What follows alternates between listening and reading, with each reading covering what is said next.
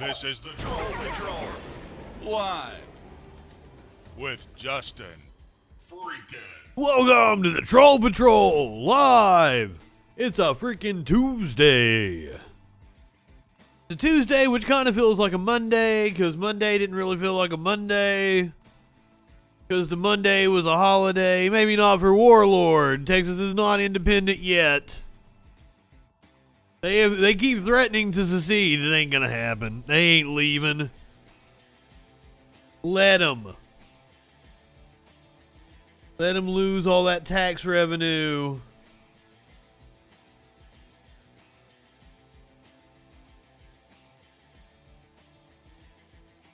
Let them lose the infrastructure. I mean, hey, they think they can survive on their own. What are we talking about tonight? Are we talking about... We're going to talk about fucking Texas tonight. Fuck, maybe Sparkles was right. Like, I might have saw a ghost over there.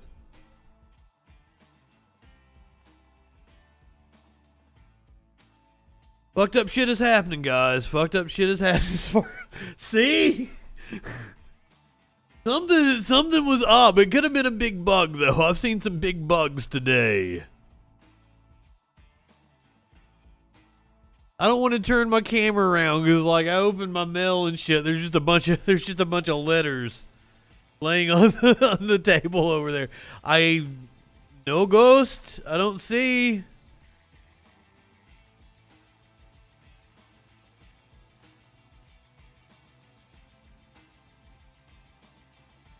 I'm all discombobulated. I don't even think I've got any pot in this. God damn it. Nothing is coming up, Millhouse.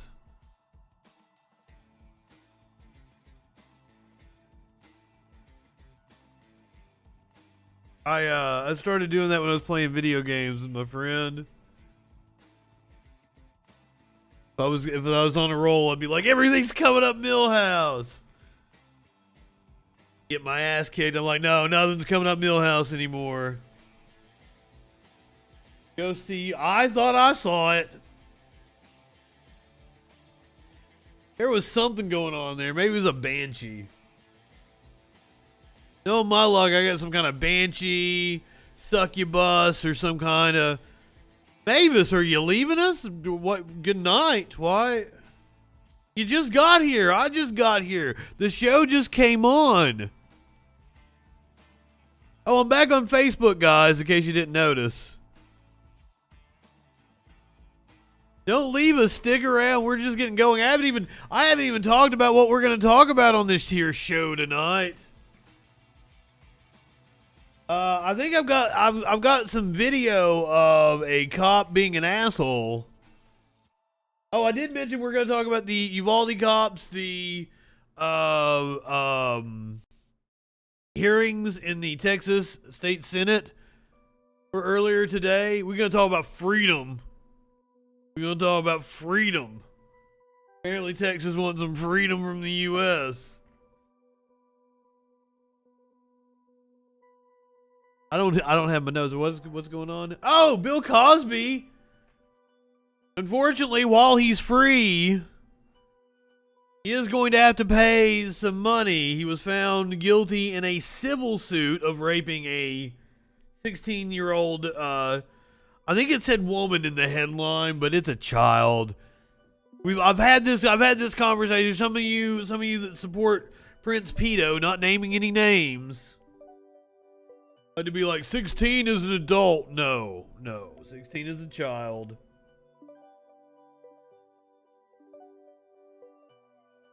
Nothing is working out for me. I don't know if I pulled my screen out.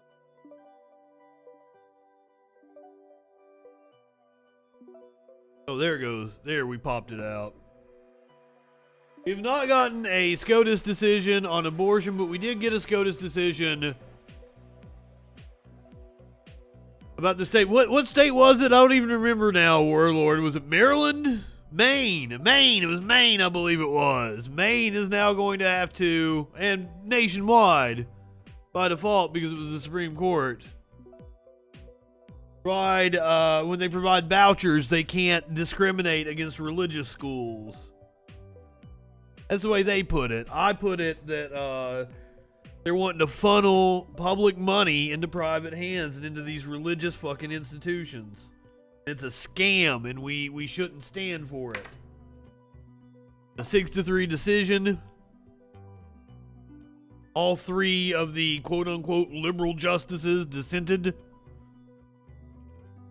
I've got an update on the escaped inmates in Virginia. I think, did we talk about them last night or not before last?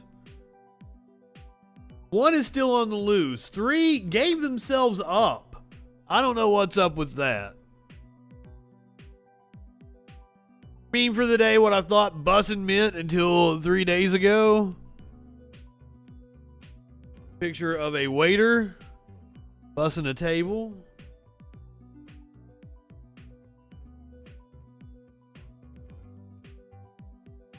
I still don't know what bussin' means. So, something about caps. I'm way behind on the meme culture. I've been busy. I've been so busy. I probably shouldn't even be doing a stream tonight, but here we are. And I should probably make it short, and I say I'm going to make it short, but there's like fucking 3 pages of notes. I said I was going to try to go short last night. I had 4 pages of notes. We went 3 hours. We got all kinds of shit to talk about. Like a sunspot. A sunspot that doubled overnight. Scientists are saying no reason to be concerned, but it could indeed send a solar flare towards Earth, perhaps ending all humanity. Oh shit. Yeah, I got a wild video out of Florida because of course shit. I'm sorry to punch the microphone there. Punching the microphone. That's how you get the wood. You punch the microphone. A Florida cop threatens a man straight up. I'm for the jobs the sunspot will create. Oh God. We're going to hear from a Texas state senator about the just sheer incompetence of the cops in Uvalde. Oh my God.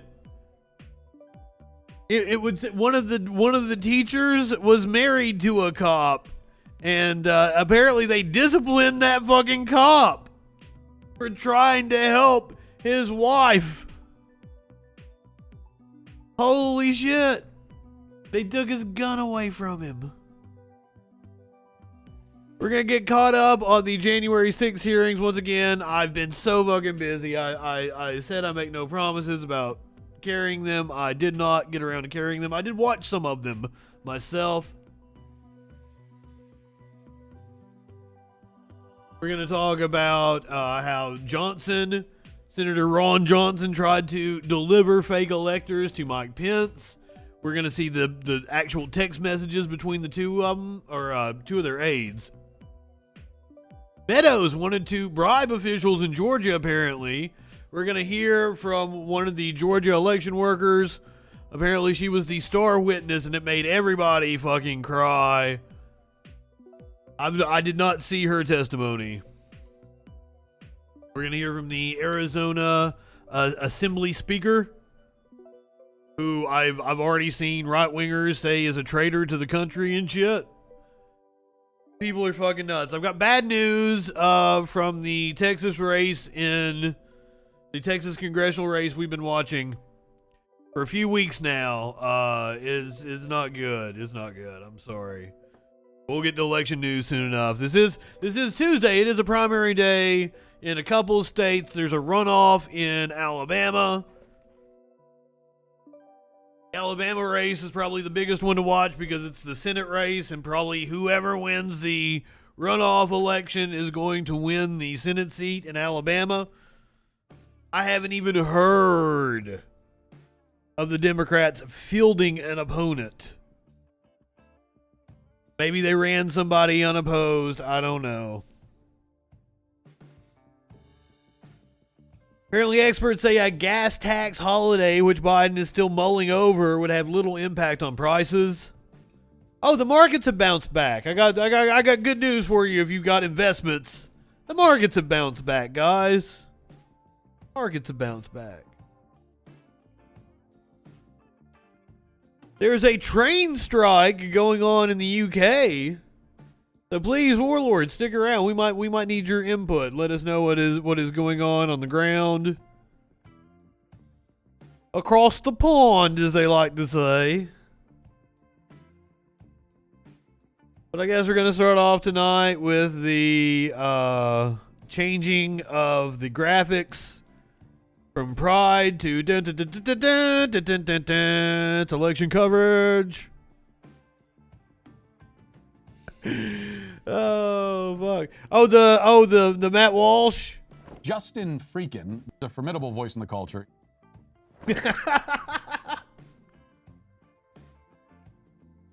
Also,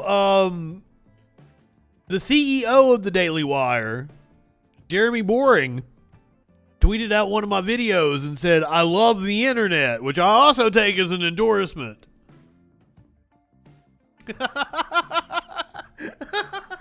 Because I was making fun of him in that one. That was the Jeremy's Razors ad. I take it. The Daily Wire seems to like me.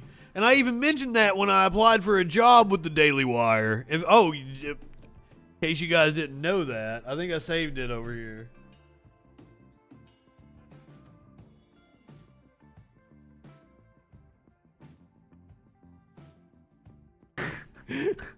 Oh, I even put it. Sweet baby Matt Walsh called me a formidable voice in the culture. CEO Jeremy Boring retweeted my video about his razors saying, "God, I love the internet." I even had the receipts to back it up. This is where I was listing my experience for a job at the Daily Wire as a video editor. Thank you for your application to Daily Wire. We appreciate the opportunity to review your application for the assistant video editor social media role. Unfortunately, we have decided not to move your application forward. I don't know why. I don't know why. Matt called me a formidable voice in the culture. Justin FREAKIN, a formidable voice in the culture. Your CEO has retweeted me. I applied again, by the way. I applied again.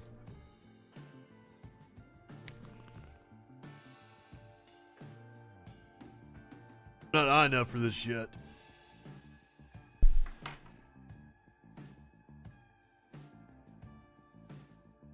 Oh, and this is where the name Troll Patrol comes from. This is the trolling that I do. Would I really go to work for the Daily Wire? I might. But they're not paying that much, to be honest with you. For all that money they got sloshed around over there, $22 to $25 an hour was the salary range. That's not too impressive for Nashville, Tennessee. You can't afford to live in Nashville, Tennessee for that kind of money. Warlord says yes. I mean, I might. Let's talk about elections. It is an election day. Don't let me forget to change the graphics back to the pride flag when we're done talking about this shit. God damn it, Warlord. I'm working on it. 6 things to watch in Tuesday's elections in Alabama, Virginia, Georgia, and the District of Columbia. Alabamians voting in Tuesday's runoff for the Republican Senate nomination will decide between the establishment candidate former President Donald Trump has endorsed in Katie Britt and the conservative who has long embraced Trump's brand of politics even though he is now at odds with the former president, U.S. Representative Mo Brooks. Alabama is one of several states across the South to hold elections Tuesday. Primaries in Virginia and runoff elections in Georgia will determine the general election matchup for a handful of the nation's most competitive congressional races in November's midterm elections. And Democrats in Washington, D.C. will decide whether to nominate the city mayor for a third term. Here are 6 things to watch in Tuesday's election. Tuesday's primary runoff for the GOP nod to secede, retiring Senator Richard Shelby in Alabama will be another test of Trump's ability to steer open-seat GOP Senate primaries after his preferred candidates won in Ohio, Pennsylvania, and North Carolina. And in Pennsylvania, he probably gonna lose. Britt, a former chief of staff to Richard Shelby, who went on to lead the Business Council of Alabama, and Brooks, a 6-term congressman, a member of the hardline House Freedom Caucus, finished in the top 2 of the state's May primary to advance to the runoff, with Britt taking 45% to Brooks's 29%. I mean, if you're going to pick... The Republicans in Alabama are saying that Britt is a closeted Democrat, so if you're going to have one of them win, I guess Katie Britt is the one that you would want to win. But is that saying much? Oh, I was trying to hit the Smokey thing. What's up, Smokes? You gonna lay in my lap? Lay down, buddy. Oh, dude, don't do this shit. Oh, don't do this shit where you come over here and lay on my arm. Republicans pick candidates in key Virginia congressional races. Republican Glenn Youngkin's victory in Virginia's governor race last year offered an early glimpse into just how much the political tide had turned against Democrats heading into the midterm elections. This year, the GOP is attempting to build on its gains in 3 races for Democratic-held House seats.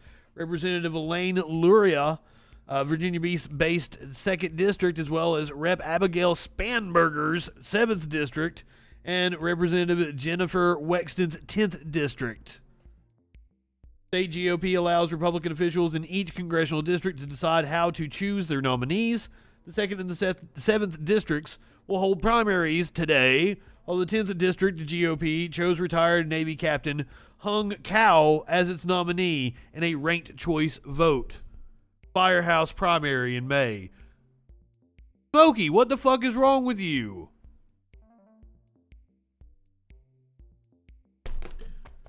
A firehouse primary. Remember, I'm the fucking fire chief. I did not vote.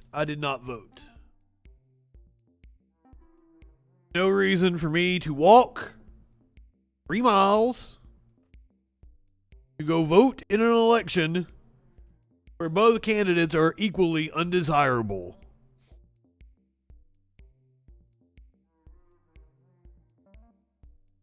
Don't cancel Justin. It's a perfectly legitimate reason. I looked at the slate. I will vote in the general. I looked at the slate. There was no Democratic primaries for me to vote in. And I saw no benefit in voting for, because today is not our primary election. Our primary election was a couple weeks ago. Today's just a runoff for the Senate race. And I explained this when it was going on, but you're not American, so Understandable. You don't understand how our elections work. We have an open primary, so I could have indeed went and got a slate for the Republicans, but I looked at the lineup and I'm like, there's no strategic votes I could make. Right? There's nothing here that I can affect. You see what I'm saying? It was voting the Republican primary, and like, I guess I would vote for Katie Britt if I was going to vote.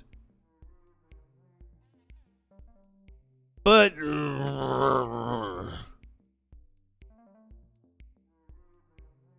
because I would rather Mo Brooks not be the senator. However, I mean, Katie Britt is backed by the... This truly was a turd sandwich douche kind of election, right? Like, fucking... And once again, I don't have a car, so I would have had to walk 3 miles. So, would you have wanted me to walk 3 miles... Which I do when it is my time to vote. I absolutely do walk 3 fucking miles. But I just weighed that with, like, you know, is there some kind of disruption I can cause? No, there's not really. There's not a campaign I can get behind where, like, there's an insurgency against a right-winger. Like, each choice is worse than the last with the Republicans here, so what was I going to do?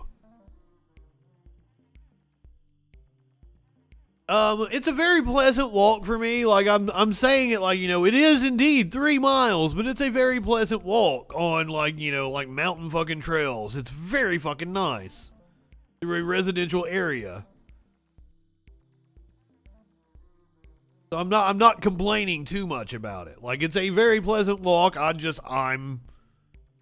You can't be up a hill both ways.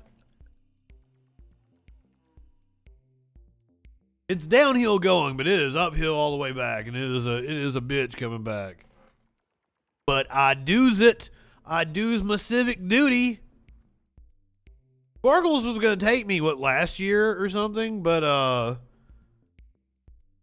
wasn't awake then. I just woke up later and walked down there. Trump tries again in Georgia runoffs. Trump's biggest failure in a Republican primary to date came in Georgia, where candidates he supported failed to oust Governor Brian Kemp and Secretary of State Brad Raffensperger, whom Trump had been targeting for more than a year. He gets another chance to gauge his influence on Georgia races on Tuesday in runoffs for 2 House seats. In the Atlanta area, 6th District, Jake Evans, the Trump-endorsed former chairman of the State Ethics Commission, faces Marine veteran and emergency room doctor Rich McCormick, who is making his second bid for Congress. In the 10th District, which stretches east from Atlanta to the South Carolina border, the GOP runoff features Trump's pick, former Democratic state rep Vernon Jones. He's a real firecracker. Against businessman Mike Collins, who is the son of the late U.S. Rep Mac Collins and recently earned Kemp's endorsement. Jones originally ran for governor before switching to the House race with Trump's encouragement. Will the Stacey Abrams slate succeed in Georgia Democratic runoffs? An endorsement from Stacey Abrams is one of the most sought after in Democratic politics across the country, and especially in Georgia, where she'll square off in November with Kemp for a second time. Abrams has endorsed in 3 Democratic primary runoffs for statewide offices on Tuesday as she seeks to help shape the party's ticket this fall. State Rep B. Nugent, the daughter of Vietnamese immigrants, is Abrams' pick for Secretary of State over former State Representative D. Dawkins Hagler, who is black and has said she believes support for Nugent is the result of party leaders' efforts to diversify the Democratic ticket and appeal to more white voters in November. Dawkins Hagler has the support of 3 candidates who failed to make the runoff. The winner will take on Republican incumbent Brad Raffensperger and Libertarian Ted Metz, a former gubernatorial candidate, in November. I wonder if Trump is going to swoop in and get behind Mets. Abrams is also backing Charlie Bailey in the lieutenant governor's race. He's running against Kwanzaa Hall, who served briefly as a U.S. congressman after winning a special election in 2020 to replace the late Rep. John Lewis. The nominee will face Republican State Senator Burt Jones, who has been endorsed by Donald Trump. Black Republican seeks to flip Democratic-held Georgia district. National Republicans have rallied around Jeremy Hunt, a 28-year-old graduate of the U.S. Military Academy at West Point and a black candidate in Georgia's plurality black and rural 2nd District, in the race to take on longtime Democratic Rep. Sanford Bishop. Hunt, who finished first in the May primary with 37% of the vote, faces Chris West, a 38-year-old attorney and former Georgia Air National Guard officer who is white. West is supported by some of the Republicans they faced in the primary. He has cast Hunt, a Fox commentator who recently moved to Columbus while taking Yale Law School classes online, as an outsider to the district. Sounds like it. Bowser seeks third term as D.C. mayor. Washington, D.C. Mayor Muriel Bowser faces 3 opponents in Tuesday's Democratic primary. D.C. Council members Robert White and Trayon White, and 2018 mayoral candidate James Butler. Bowser and Robert White are widely seen as the top contenders in the race. White has pledged to expand the district's government and guarantee a job to anyone who wants it. But with little public polling, it's not clear that D.C. residents are eager to deny Bowser's bid to become the first mayor to win 3 consecutive terms since Marion Barry in 1986. Barry served 4 non-consecutive terms in all. And I alluded to it earlier, I have some bad news from a race that went on a couple weeks ago in Texas. Representative Henry Cuellar will be returning to Congress, beating back a challenge by Jessica Cisneros. Henry Cuellar defeated attorney Jessica Cisneros in a nationally watched race that pitted one of the House's most centrist Democrats against a squad-aligned progressive. Cuellar's win is a blow to progressives who saw the South Texas district and its embattled congressman as a prime opportunity to elevate one of their own at the expense of a moderate. It also blunts momentum they had coming off wins in Texas, Oregon, and Pennsylvania. I mean, there's still cause to celebrate because, my God, they came within a pube hair. It was close. Republican. That's why it's 3 fucking weeks later, 2 weeks later, whatever it is, since the race happened that we are talking about it. Republicans see the district as a top pickup opportunity, but privately believe Cisneros' more left-leaning views made her the ideal opponent to run against. Cuellar narrowly edged out Cisneros in a free-for-all primary in April, but failed to crack the 50% threshold and needed to avoid a runoff. Contest was a stark battle between progressives and the Democratic establishment. So I'm sad that it is an L in the column.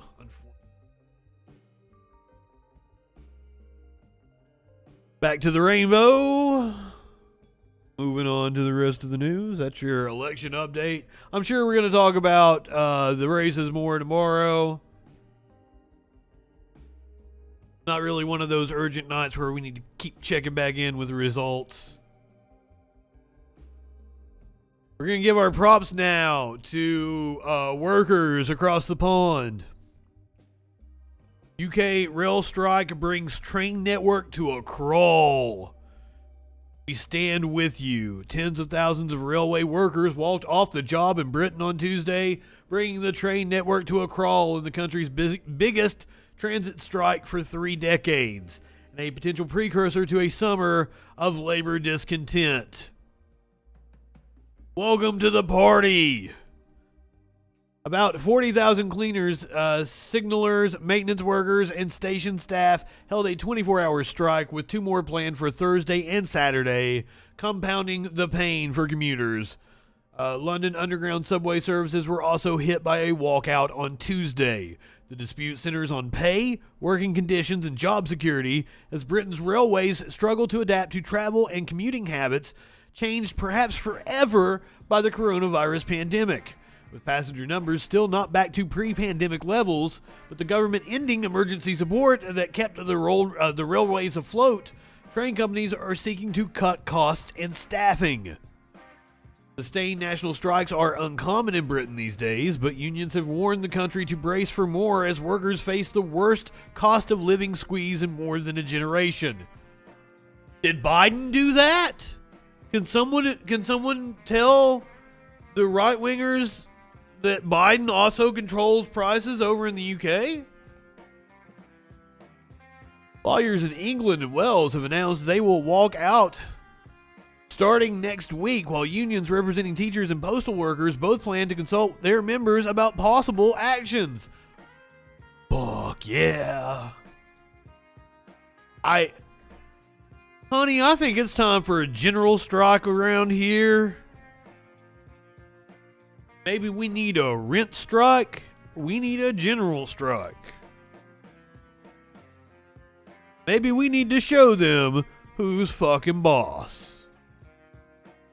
Major railway stations were largely deserted on Tuesday, with only about 20% of passenger trains scheduled to run. Services will resume on Wednesday, but lingering disruption means only about 60% of trains are due to operate.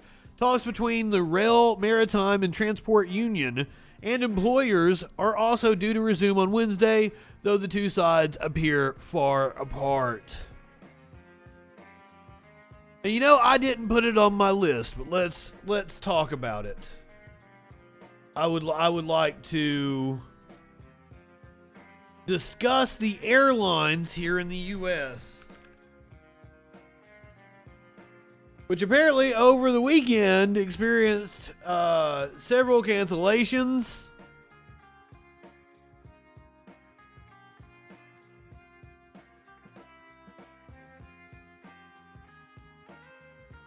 Since we're talking about transportation, this will buttress that story quite well. Perfect storm for airlines facing strong U.S. dollar and high oil prices.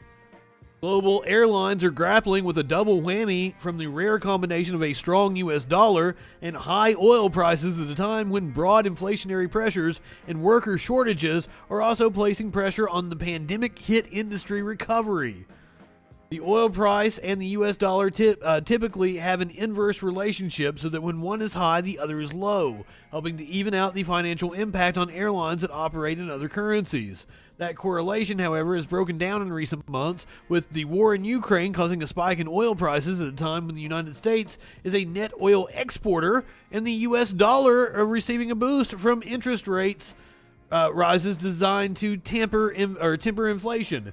Airlines gathering at the International Air Transport Association annual meeting in Doha this week expressed concern about the oil price and U.S. dollar rising in tandem.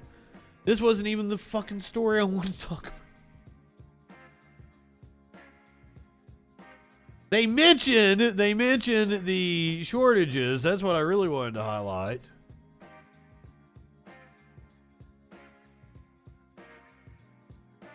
American Airlines will end service to 4 cities in September, citing a pilot shortage.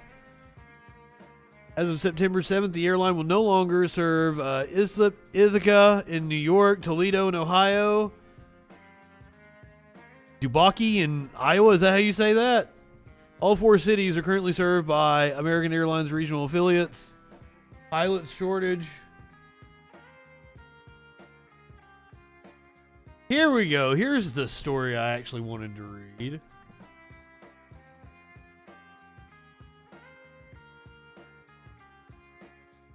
Southwest airline pilots line up in anger at poor staffing and long hours as airport chaos continues across the nation, with 200 flights canceled today after 14,000 over the weekend. Nearly 1,300 Southwest airline pilots gathered outside of Dallas Love Field Airport on Tuesday to protest ongoing staff shortages as travel chaos continued on the first official day of summer, with more than 200 flights across the United States canceled. The Southwest Pilots Association called for better treatment of its pilots at the protest, which it called the largest display of unity in Southwest Airlines history. It described the demonstration in Dallas, Texas as informational picket in an effort to raise awareness of pilot fatigue, stress caused by an ongoing pilot shortage, which it says is to blame for massive delays and cancellations. Our pilots have had to address the fatigue issue with management publicly, which is something that we never want to do, but have been tired and have been trying to do everything they can, Captain Casey Murray, president of the Southwest Pilot Association, told NBC DFW. He said the main problem is issues with scheduling pilots on connecting flights. We've seen our company not really address a lot of operational problems, Murray said, and this has been going on for several years. While we do need to hire pilots, the main problem really is the efficiency in the scheduling and the efficiencies we've seen. Everything's fine. Everything's fine, guys. Everything's fucking fine. That's what investors are saying today as the markets bounce back. I don't think I need to translate Business Insider. Oh, I'm reading Business Insider Mexico, apparently. Unaware. Dow futures jump almost 500 points after a steep sell-off with a sympathy bounce for global stocks. U.S. stock futures climbed on Tuesday as global equities rose, signaling a recovery after last week's brutal sell-off as investors' moods brightened somewhat. In the U.S., markets look set to start the week on a more positive note after being closed Monday for the Juneteenth holiday. Futures on the Dow Jones Industrial Average were up 491 points, or 1.64% higher, while the S&P 500 futures rose 1.81%. Those on the tech-heavy NASDAQ 100 added 1.84%. All three major U.S. indexes tumbled over 5% last week as investors grappled with fears the Federal Reserve's efforts to tamp down on soaring inflation could spark a recession after the central bank hiked interest rates by 75 basis points for the first time since 1994. You will notice I've been focusing a lot on financial stories here lately because I think something's coming. I'm not smart when it comes to economic shit, though, but I smell something a brewing.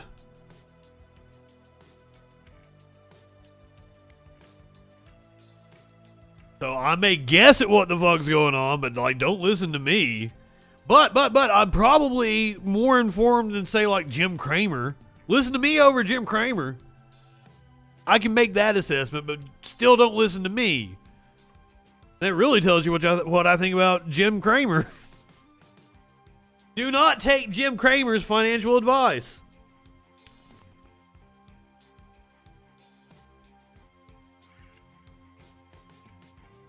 Dave Ramsey sells these stupid ass fucking classes where you can get your Dave Ramsey certificate so you can go and teach people about being, financially literate and shit. It's just a scam for Dave Ramsey to make money.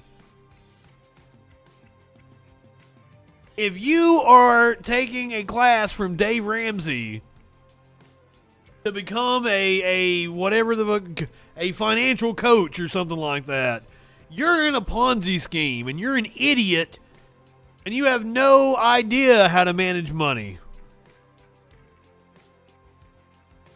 Oh, fuck. Just saying, I hate Dave Ramsey. I had a friend in Nashville message me one time, and he was like, hey, a friend of a friend messaged me like they're looking for somebody over at Dave Ramsey's place. Would you go to work for them? I'm like, no. Dave Ramsey wouldn't like me at all. Oh, gas tax holiday would have a very small impact on prices, experts say. And I'm going to tell you, they're not going to say this, but I'm going to tell you why it will have very little impact on prices. Because the majority of the prices that we're seeing right now comes from price gouging. The tax is not what's causing the price of gas to be so astronomically high. But I do believe Well, it will have a very small impact on prices, probably bring gas down maybe 5-10 cents tops. If that. It's good optics for it's good politics for the Biden administration. If I was a communications person for the White House, I'd be telling them to do it. Making a big deal about the fact that they did it. But no, it's going to have a very small impact on prices. And he probably won't even fucking do it. Gas prices remain near record highs today, averaging $4.97 a gallon nationwide. And with that, President Biden considering ain't high enough for this shit. Give Americans a little relief. What does that mean for you and for the markets? Andrew Lippow is the president of Lippow Oil Associates. Nice to see you, sir. Fuck the markets. Let's talk about what exactly a federal gas tax holiday means for consumers. Well, currently the government collects 18 cents a gallon in a federal excise tax for every gallon of gasoline that the consumer buys. So if we have a tax holiday for that federal excise tax, that savings of 18 cents would be passed on to the consumer in the form of lower retail prices. What would be the better policy would be like give people a gas card. Apparently they can't consider that. If you wondered about that, apparently they can't consider giving everybody a gas card because they're low on the chips. They can't produce enough of the actual cards to give everybody. But if that's the case, like you should just fucking deposit it in people's accounts. Produce cards for people who have to request a card and everything. It sucks for them and everybody. Like, go ahead, just deposit some money in people's accounts. Fuck. Here's your gas money. Do it. But as always with the fucking Democrats, we got to means test it. We got to make sure it's a gas card. You can only use it at the gas pump. You can't just give everybody like a fucking, oh, here's a stipend for gas. They might spend it on drugs. Humph. This stupid ass country. Some relief there, but just in terms of the Biden presidency, the messaging, the impact that it's going to have on everyday Americans. What's your read on that? National laws. National laws. Nearly $2 a gallon since this. And that's not even in the conversation. You aren't hearing anybody talk about nationalizing unless you're watching somebody on fucking YouTube or Twitch or something like a fucking me. Yahoo News ain't gonna have anybody on there talking about nationalization. Not even in our conversation. And they want to act like the media is left wing. Fuck off. Last year, it's really a very small impact for the consumer. And the other thing is it does nothing as far as supplying the consumer with more energy, which is what the world is looking for at the moment. Does it stand the risk of increasing demand? Well, I think what it does is mitigates any demand destruction that these higher prices are incurring on the consumer. So while gasoline demand has been pretty good as Americans take to the road for the summer driving. Flash, great point. The money you pay to your weed dealer stays in the community and goes throughout your community, has more purchasing power and more economic impact than going and buying something at Walmart. Abso-fucking-lutely.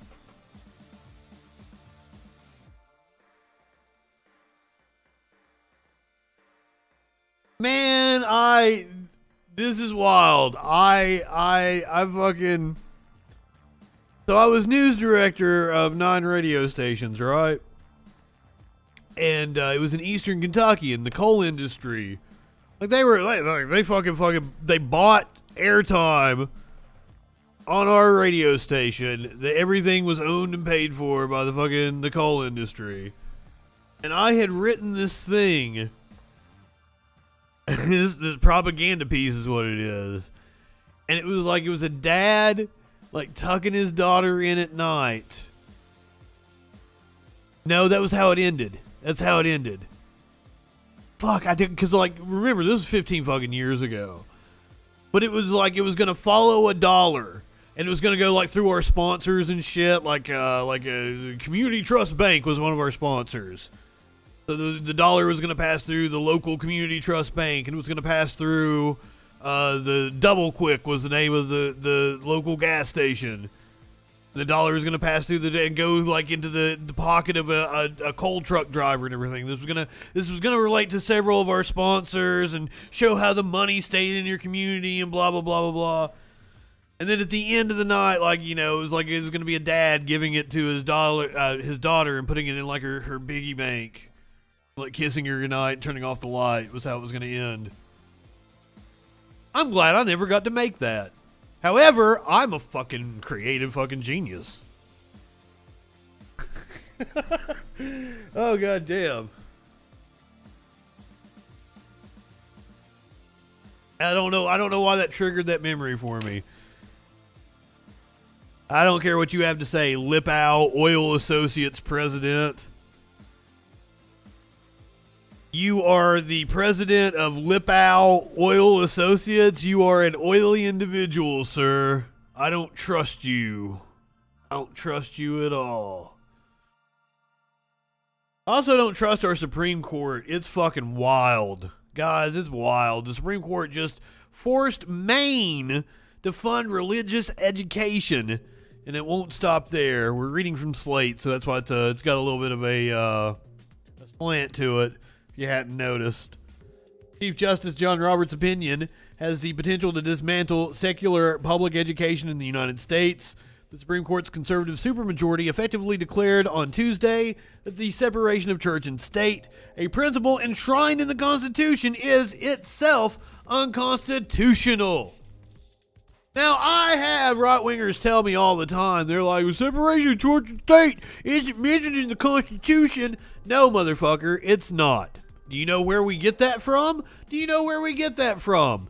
It was what Thomas Jefferson said when asked to describe the purpose of the First Amendment. Follow with me again. One of the authors of the Constitution was asked what the purpose of the First Amendment was, and he used that phrase, creating a wall of separation of church and state, to describe the purpose of the First Amendment. So yes, the phrase isn't in the Constitution. You're correct. Idiots. Idiots.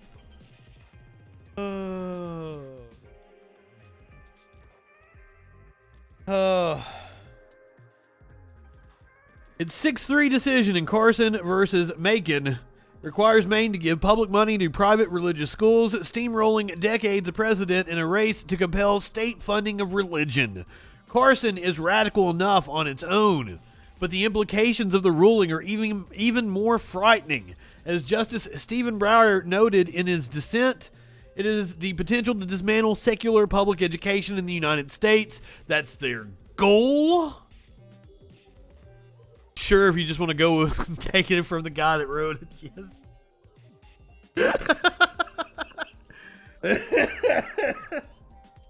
Yes. Carson challenges Maine's effort to provide quality civic education to every child in the state. The government created a tuition assistance program to help families who live in remote, sparsely populated regions without any public schools. Under the program, parents can send their kids to certain private schools, and the state covers the cost of tuition. To qualify, these schools must give students a secular education. They may be affiliated with or even run by a religious organization, but their actual curricula must align with secular state standards. I see nothing wrong with that. That seems perfectly fucking reasonable. Two families challenged this limitation, arguing that it violated the First Amendment's free exercise clause. No, it doesn't. Nothing about the state's actions prevent you from your free exercise of religion. Just 2 decades ago, the claim would have been laughed out of court. Yes, as it should have been. SCOTUS only permitted states to subsidize religious schools in 2002. At the time, it would have been absurd to say that states have a constitutional obligation to subsidize them. Beginning in 2017, the court began to assert that states may not exclude religious schools from public benefits that are available to their secular counterparts. And in 2020, the conservative justices forced states to subsidize religious schools once they begin subsidizing secular private education. Today's decision in Carson takes this radical theory to a new extreme, ordering Maine to extend public education funds to religious indoctrination.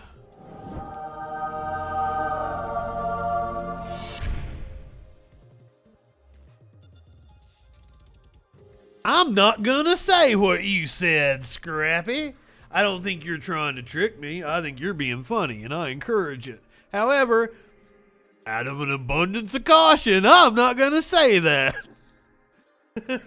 I agree with your sentiment, though. I concur with your statement.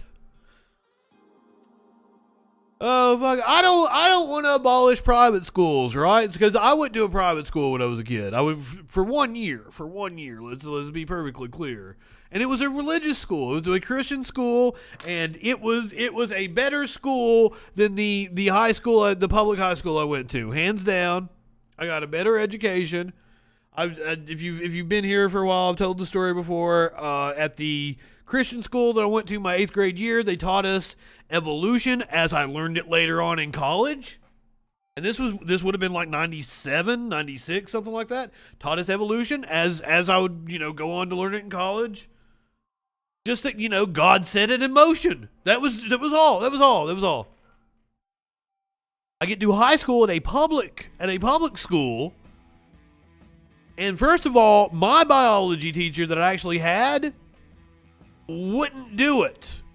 So she wouldn't talk about it at all. So they actually made us go to a different biology teacher, and he was like, some people believe blah, blah, blah, blah.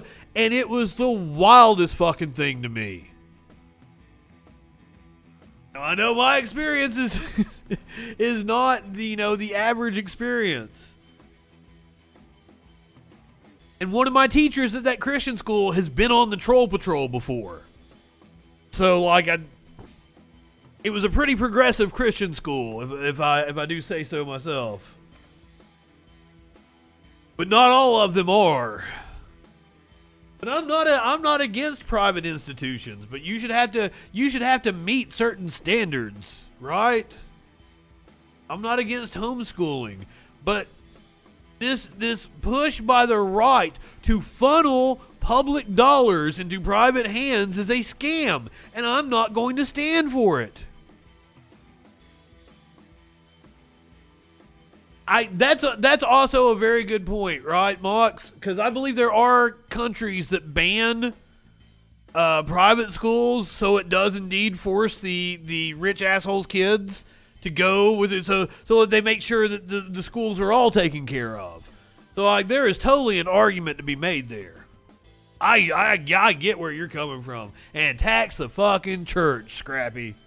I'm with you. A fucking men.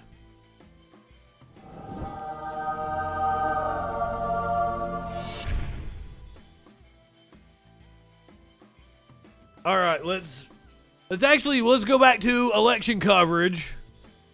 Dun, dun, dun, dun, dun, dun, dun, dun, dun, dun, dun. Only this is the 2020 election. Hold on. I might actually have that background. Do I still have the election graphics from 2020? Oh, goddamn.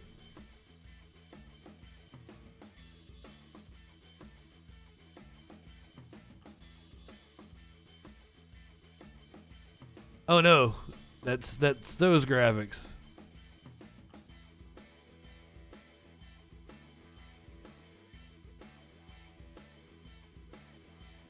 That's the same one. What the fuck? Oh fuck. It had 2020 on it and everything.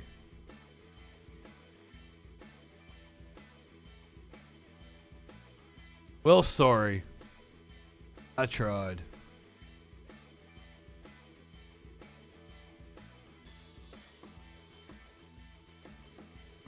There we go.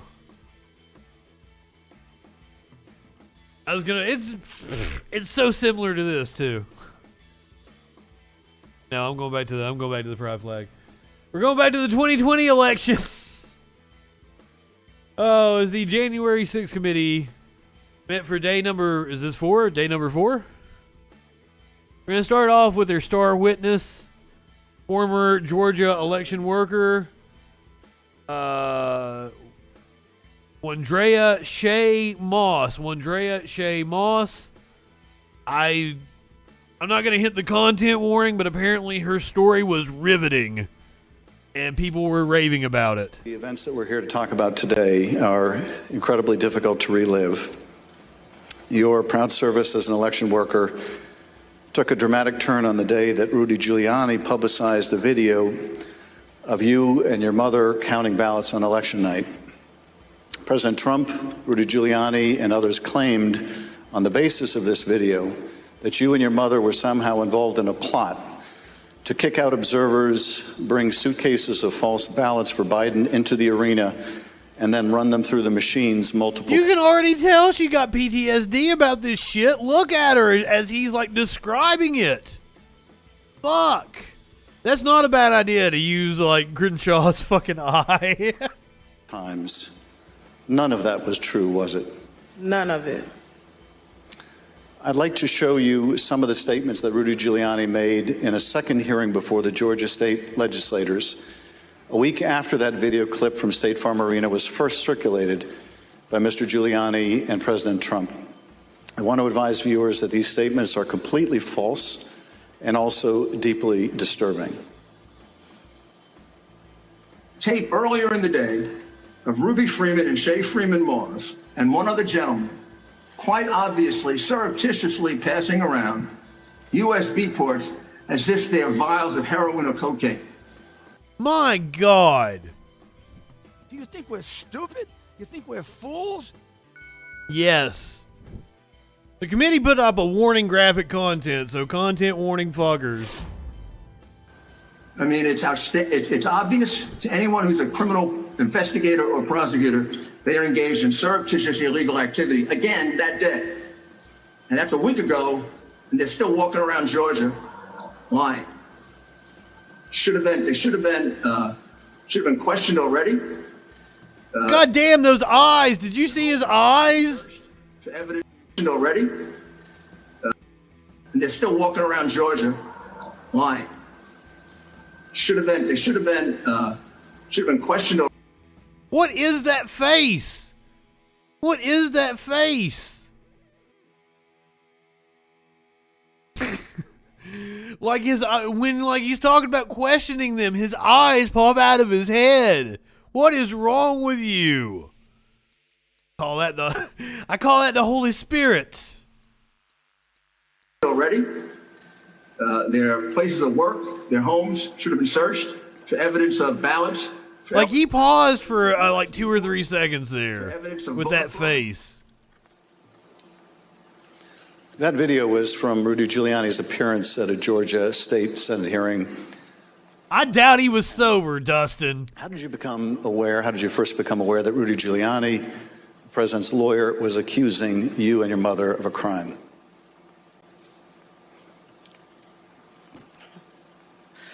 I was at work, like always, and the former chief, Mr. Jones, asked me to come to his office. And when I went to his office, the former director, Mr. Barron, was in there, and they showed me a video on their computer. It was just like a very short clip of us working at State Farm, and it had someone on the video like talking over the video, just saying that we were doing things that They found it on BitChute, basically. They found somebody doing this on BitChute. weren't supposed to do, just lying throughout the video. And that's when I first found out about it. I told them, I was like, my God, Mox has asked one of the hardest questions. More publicly drunk, Rudy or Kudlow? I want the chat's opinion. I want that. That's a fucking tough one. Jesus. Kudlow is always sounds. I don't know that I've ever seen him sober. Rudy, I would assume at some points in time. Judge Janine is in the running. Jesus. Where have they, where have you been getting these threats? I don't believe I have any. And Mr. Jones told me, like, they're attacking his Facebook, and I don't really use Facebook. I have one, so I went to the Facebook app, and I'm just kind of panicky at this point because this has never happened to me, and my mom is involved, and I'm like her only child. So I'm just asking him, like, well, where are the messages? All I see is the feeds. Like, how do you get to the messages? And he said, it's another icon on your phone that says Messenger. And I went to that icon, and it was just a lot of horrible things there. And those horrible things, did they include threats? Yes, a lot of threats. Why'd you even tell her to go to her messages? Wait, what? Why, if she hadn't even been to her messages and knew all this existed, why'd tell her to go and see that shit? Oh my God. This woman just had a Facebook activated just so, like, she could, like, friend people and stuff, and she hops on every, like, couple months. Likes all your vacation pictures, wants to see your kids' pictures. That's what she's using Facebook for. God damn. I mean, I guess they needed to see the evidence, but she didn't need to see it. Me that, I'll be in jail with my mother, and saying things like, be glad it's 2020 and not 1920. That's, yeah. Were a lot of these threats and vile comments racist in nature? I bet. A lot of them were racist. A lot of them were just hateful. But yes. Boy, howdy, I'm sure they were. We just watched. Mr. Giuliani accused you and your mother of passing some sort of USB drive to each other. What was your mom actually handing you on that video? A ginger mint. My name is Ruby Freeman. I've always believed that when God says that he'll make your name great, but this is not the way it was supposed to be. I could have never imagined the events that followed the presidential election 2020. For my entire... Can I just say, I love this fucking woman. Look at her fucking glasses, her hair, her outfit. I love your style, ma'am. You are cool as fuck.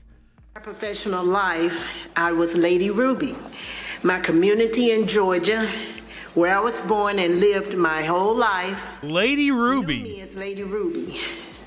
I built my own business around that name, LaRuby's Unique Treasures. And she is unique. She is a treasure. Unique fashions. I wore a shirt that proudly proclaimed that I was, and I am, Lady Ruby. Actually, I had that shirt on. I had that shirt in every color.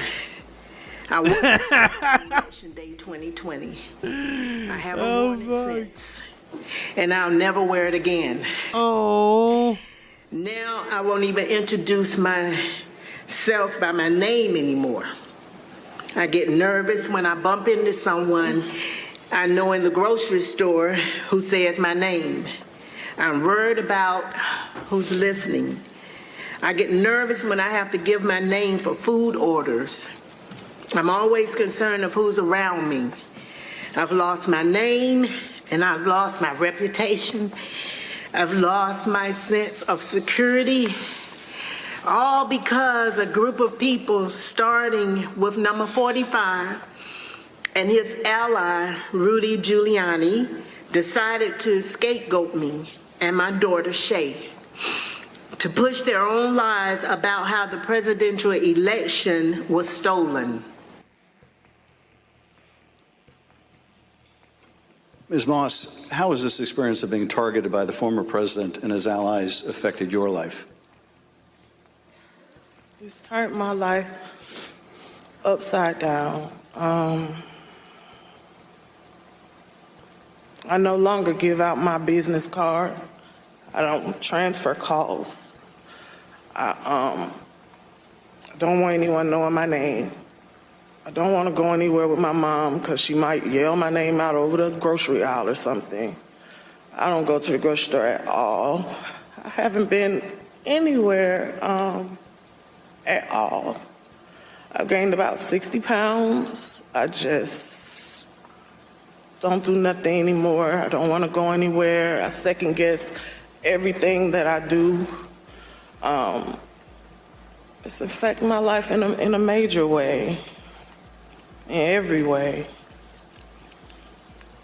All because of lies. For me doing my job, same thing I've been doing forever. Thanks for watching our YouTube channel. That poor woman. Fuck. That was the standout testimony from today in the January 6th hearings. We have other little nuggets to talk about. But my God, like, I imagine all the people, because these right-wingers acted like it was no big deal that Trump's up here fucking spreading lies, trying to take over the fucking government. God damn. Yeah, can we get her some coverage like Depp got? No. No, the January 6th hearing isn't getting the coverage that the Depp trial got, I'm sure. Most cable news channels are airing it live, though. Now we're going to hear from the Arizona State Assembly Speaker. What was the ask during this call? He was making these allegations of fraud, but he had something or a couple things that they wanted you to do. What were those? The ones I remember were first that we would hold, that I would allow an official committee. This is the Republican Speaker of the State Assembly. At the Capitol, so that they could hear this evidence and that we could take action thereafter. And I refused. I said, up to that time, the circus, I called it a circus, had been brewing with lots of demonstrations, both at the counting center, at the Capitol, and other places. And I didn't want to have that in the House. I did not feel that the evidence, granted in its absence, merited a hearing, and I didn't want to be used as a pawn. Good on you, dude. There was some other need that a sensible Republican. It's amazing. So that was the first ask, that we hold an official committee hearing. And what was his second ask? I said, to what end? To what end the hearing? He said, well, we have heard by an official high up in the Republican legislature that there is a legal theory or a legal ability in Arizona that you can remove the electors of President Biden and replace them. And we would like to have the legitimate opportunity through the committee to come to that end and remove that. And I said, that's something that's totally new. Sassy, welcome. Such thing. And he pressed that point. And I said, look, you are asking me to do something that is counter to my oath when I swore to the Constitution to uphold it. And I also swore to the Constitution and the laws of the state of Arizona. And are you sure it's not a Star Trek badge? An idea or I don't think that's a pocket, is it? And I would never do anything of such magnitude without deep consultation with qualified attorneys. And I said, I've got some good attorneys, and I'm going to give you their names. But you are asking me to do something against my oath, and I will not break my oath.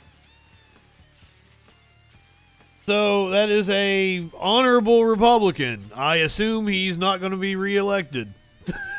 I just assume he's not going to be reelected because he's an honorable Republican. Those don't exist. Meadows wanted to send gifts to Georgia election officials, January 6 panel says. Mark Meadows, chief of staff to then President Donald Trump, discussed sending Georgia election investigators a shitload of POTUS stuff like coins and autographed MAGA hats as they investigated claims of voter fraud Representative Adam Schiff, a member of the Select Committee investigating the January 6th riot, said during Tuesday's hearing. Meadows called and texted Secretary of State Brad Raffensperger's office 18 times to set up the now infamous January 2nd call among Raffensperger, Trump, and their staffs, in which the then president urged Raffensperger to find the votes needed to reverse the results. Schiff said Tuesday that the panel has texts that show Meadows wanted to send the state election investigators, in the words of one aide, a shitload of POTUS stuff, including coins, actual autographed MAGA hats. White House staff intervened to make sure that didn't happen. You'll bribe him with MAGA swag. Oh my God. Speaking of text messages, let's look at Ron Johnson's text messages to an aide, or not. It was Ron Johnson's office, and it was to Mike Pence's office. So this is Sean Riley in Ron Johnson's office. Johnson needs to hand something to V. POTUS. Please advise. Chris Hodgson from Mike Pence's office says, what is it? Alternate slate of electors for Michigan and Wisconsin because archivists didn't receive them. Sean Riley texted back. Chris Hodgson from Pence's office says, do not give that to him. The January 6th committee on Tuesday displayed texts showing a Republican senator's aide seeking to hand deliver fake election certificates from Michigan and Wisconsin to then Vice President Mike Pence on January 6th. Sean Riley, an aide to Senator Ron Johnson, wrote a text. Trump also urged Republican National Committee Chair Ronna McDaniel to support his efforts to overturn the 2020 election results. Essentially, he turned the call over to lawyer John Eastman, who then proceeded to talk about the importance of the RNC helping the campaign gather these contingent electors in case any of the legal challenges that were ongoing changed the result of any of the states. McDaniel testified Tuesday during a pre-taped video. I think more just helping them reach out and assemble them, but my understanding is the campaign did not take the lead, and we just were helping them in that role. Or I'm sorry, that the campaign did take the lead, and we were just helping them in that role. Pretty fucked. Pretty fucked indeed. The next hearing for January 6th committee is on Thursday. I think it's also a midday hearing.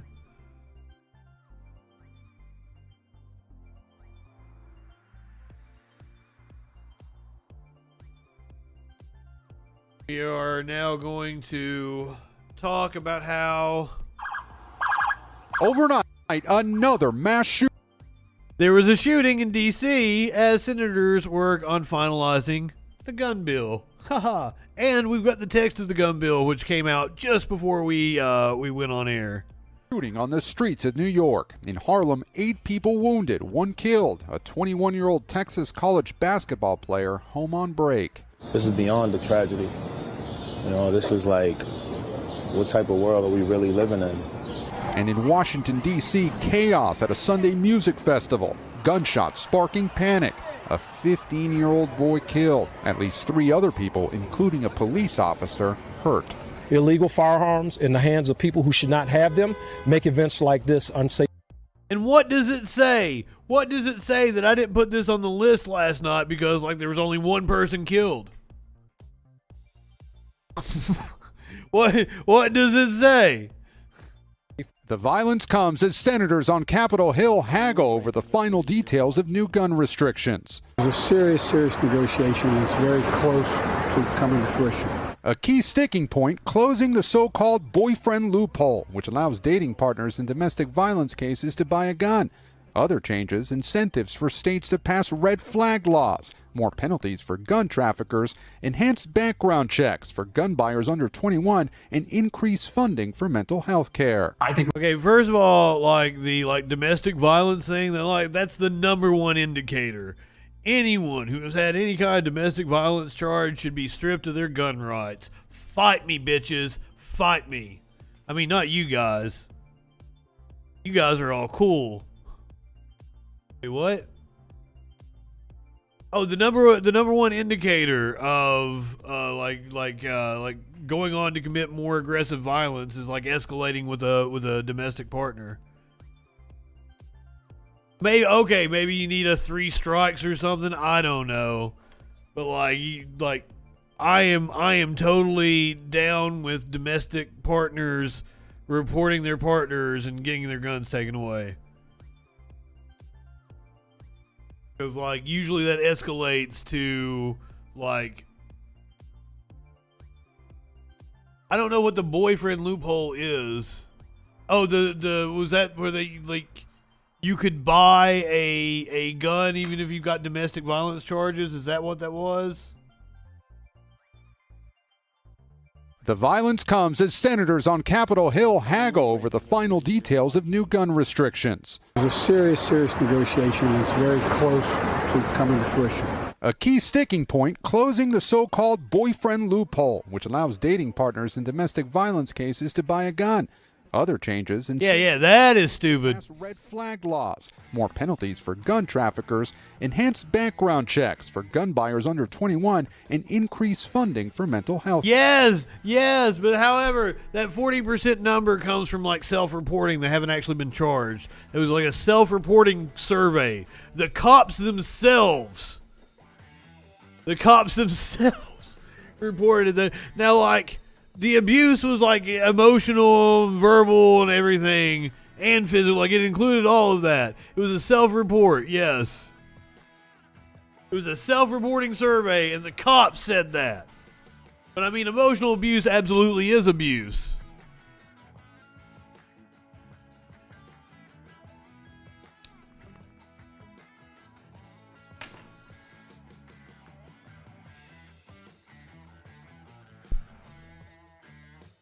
Healthcare. I think Republicans will learn that there's no political downside to voting for change. What? Republicans learn?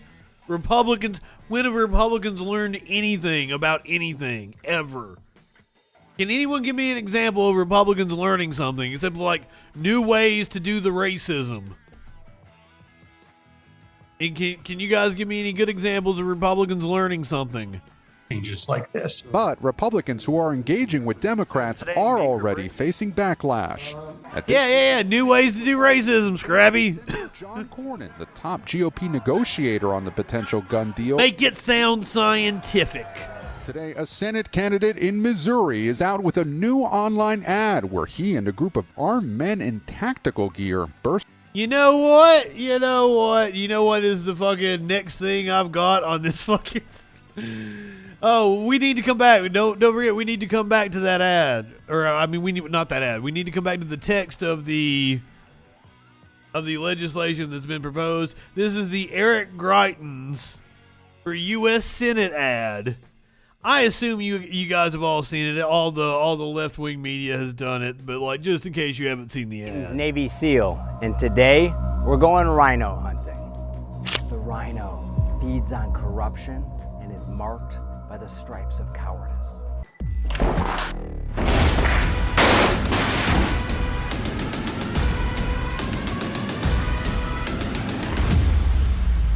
Join the MAGA crew. Get a rhino hunting permit. There's no bagging limit, no tagging limit, and it doesn't expire until we save our country.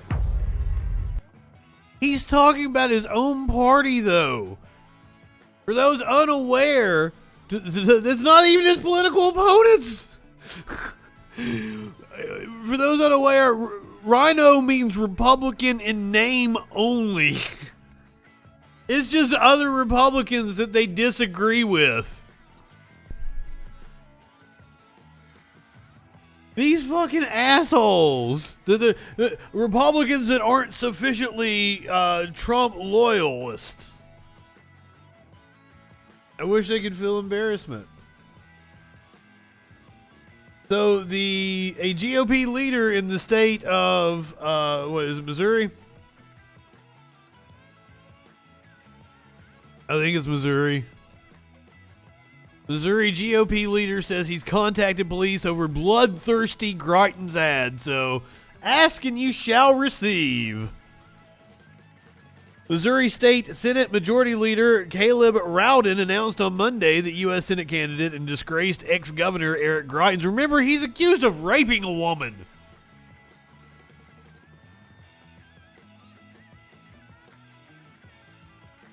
Disgraced ex-governor Eric Greitens' rhino hunting campaign ad had prompted him to reach out to law enforcement. We have been in contact with the Missouri Highway Patrol and hope that former Governor Greitens finds the help he needs. Anyone with multiple accusations of abuse towards women and children should probably steer clear of this rhetoric. I said it funny. They should probably be stripped of their gun rights. As we talked about earlier with that boyfriend loophole. He added, referring to Greitens' ex-wife's graphic accusations of domestic abuse against the candidate. TPM has reached out to the Missouri State Highway Patrol to ask whether they've heard from Rowden. Rowden made the announcement in a retweet of the video, though that original post is now gone because it was posted by an account that no longer exists, according to Twitter's note. In lieu of the video, the account, which had a handle of Greitens_Eric, was deactivated by the user, a Twitter spokesperson told TPM. Rowden's announcement came several hours after Greitens unveiled the new ad, which shows the candidate, who once served as a Navy SEAL, and men in military gear busting into a house in a mission to hunt rhinos. Join the MAGA crew. Get a rhino hunting permit. Facebook has removed the ad for violating the platform's policies on violence. Twitter is letting the video stay up with a disclaimer above it, stating that this tweet violated Twitter rules about abusive behavior, but also Twitter has determined that it may be in the public's interest for the tweet to remain accessible.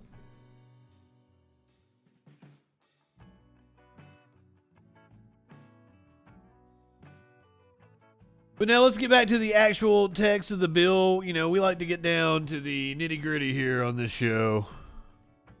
Show with the troll head brings you all the news. Bipartisan Senate group releases bill text for gun safety deal. Bill titled Bipartisan Safer Communities Act falls well short of what Democrats and President Biden want, but if passed, it will be the most significant gun safety legislation in decades. Once again, there hasn't been any kind of gun legislation. Senators are racing to get the bill passed before they break at the end of the week for their 2-week July 4th recess. They get a 2-week vacation for July 4th while the country burns. That vote could slide into this weekend. Once passed, the House is expected to take it up swiftly and send it to President Biden's desk. Both Senate Majority Leader Chuck Schumer and Minority Leader Mitch McConnell issued statements of support shortly after the text was released. Along with the 80-page bill, the group also sent senators a 5-page section-by-section breakdown obtained by Axios. The key provisions include enhanced background checks, which requires the National Instant Criminal Background Check System, NICS, to conduct an enhanced review of purchasers under the age of 21 to determine whether juvenile records disqualify that individual from purchasing a firearm. NICS is given 10 days to complete the investigation, and it unsets after 10 years.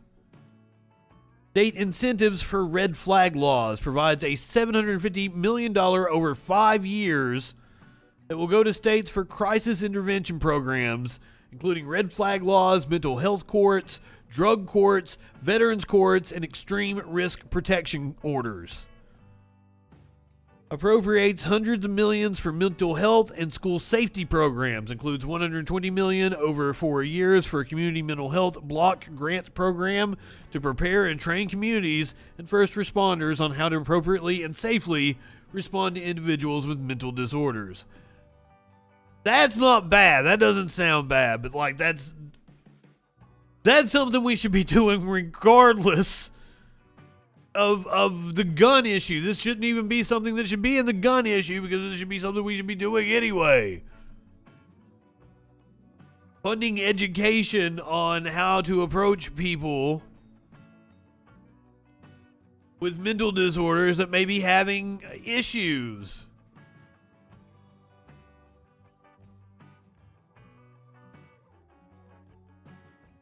That is an issue, but like having a name as somebody who's flagged, it should be easy enough to clear that up. You know, you've got to have your multiple forms of identification to go to the courthouse. I'm totally okay with having multiple forms of identification to go to the gun store. I'm sorry, Flash. Once again, I'm not anti-gun. Maybe you should look into printing your gun. Illegal firearm trafficking prohibits the straw purchasing and trafficking of firearms by criminals and enhances penalties for possession of firearms and for possession of firearms by prohibited persons. Talks between the core 4 senators involved Chris Murphy, Cornyn, Kirsten Sinema, Tom Tillis. They stalled late last week over a series of sticking points. The group struggled to reach a compromise over details over the red flag provision, which is especially unpopular among conservatives who fear it will too easy to strip Americans of their Second Amendment rights, and the boyfriend loophole, which would keep guns out of the hands of domestic abusers, unmarried or not. Cornyn, the top Republican negotiator, also faced immense pressure from inside the GOP conference to pare the package back. Cornyn was booed in Texas last week, which many senators feared could impact how the gun talks would play out.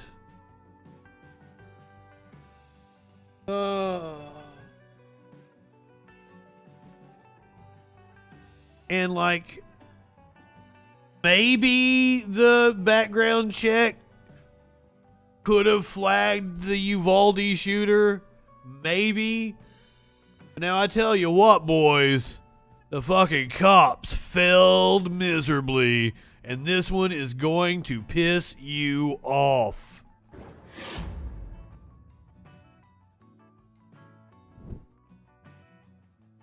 The officer husband of a slain Uvalde teacher was detained and had his gun taken away after trying to save his wife.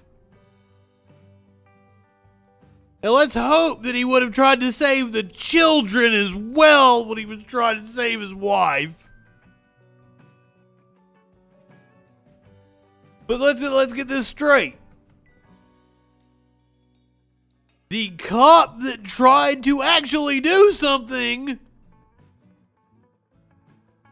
and this could be one of the cops that we heard about, like when they tried to get their children out.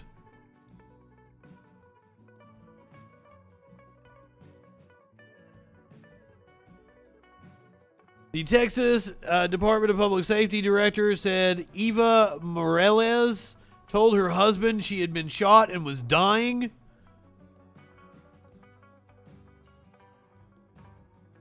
Shocking testimony from the Texas DPS director on Tuesday had revealed even more insight into the abject failure.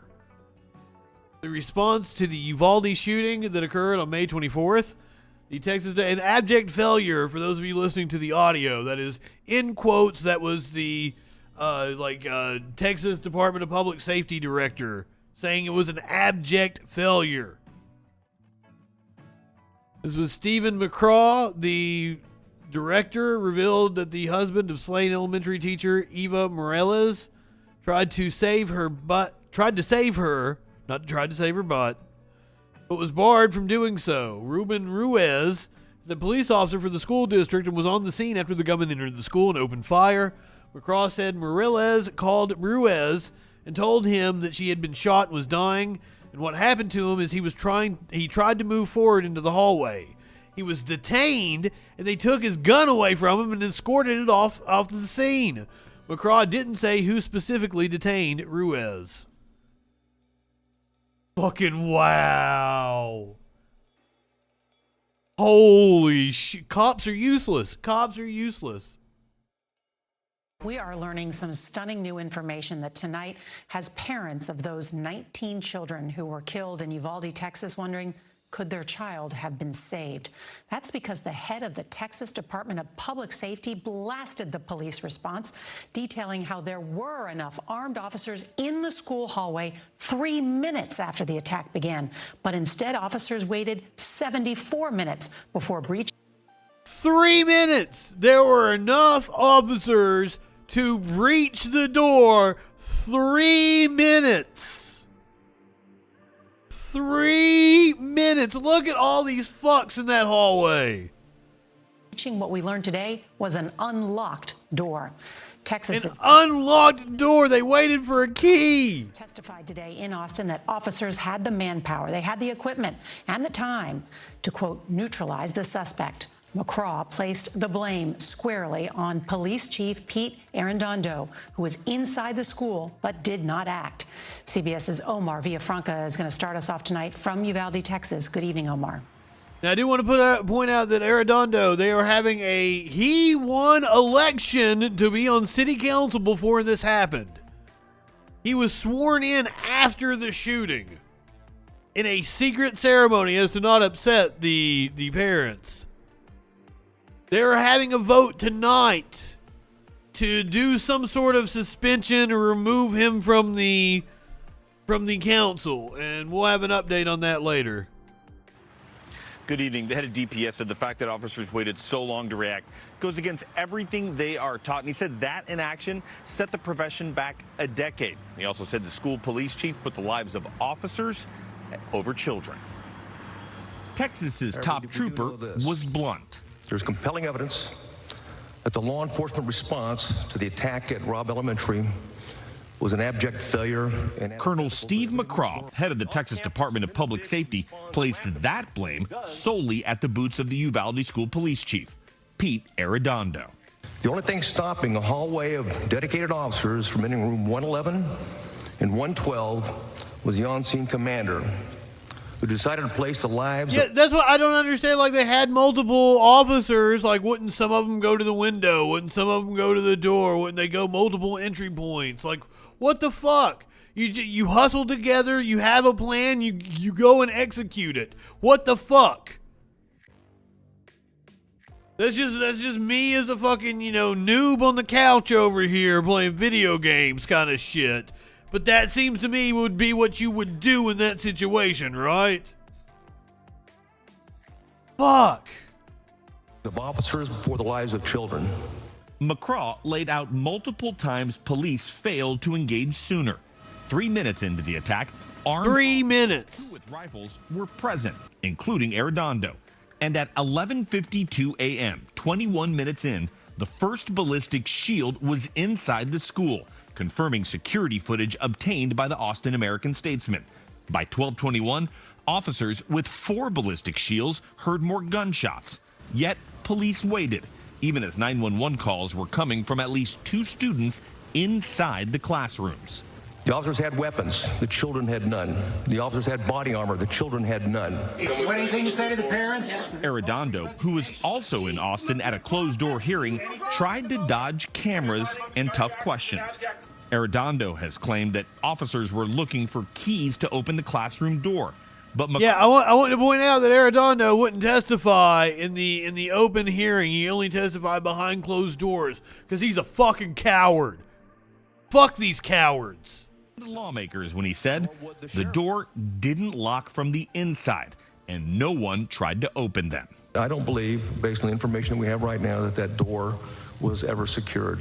In fact, I have great reason to believe it wasn't secured. How about trying the door and see if it's unlocked? As more information comes to light, Uvalde's grief... Fucking idiots! At last night's school board meeting, Angel Garza, whose 10-year-old stepdaughter A. Marie was killed, called for Arredondo to resign. How are we supposed to continue our lives here?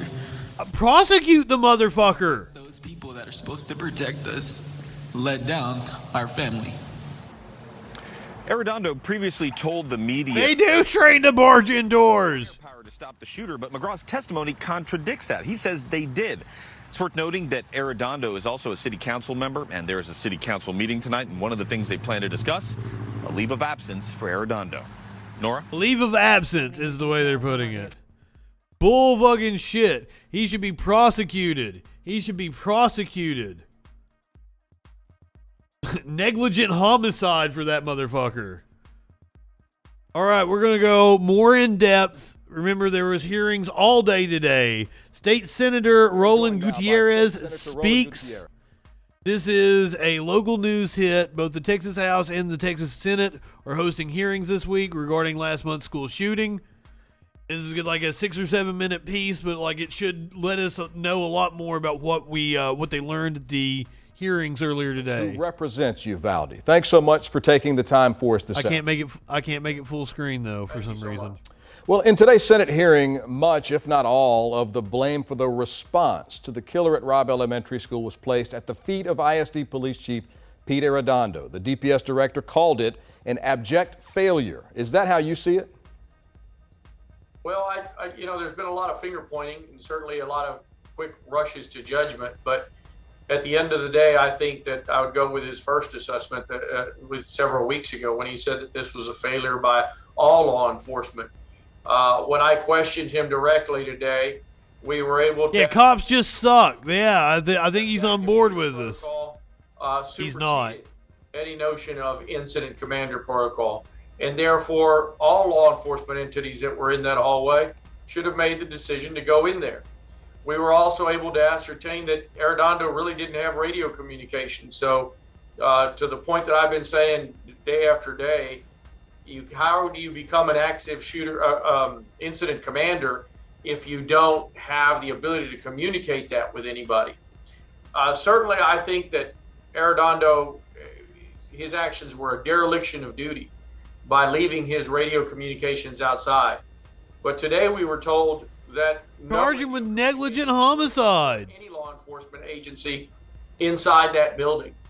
That's clearly glaring systemic failure that unfortunately led to the further loss of life.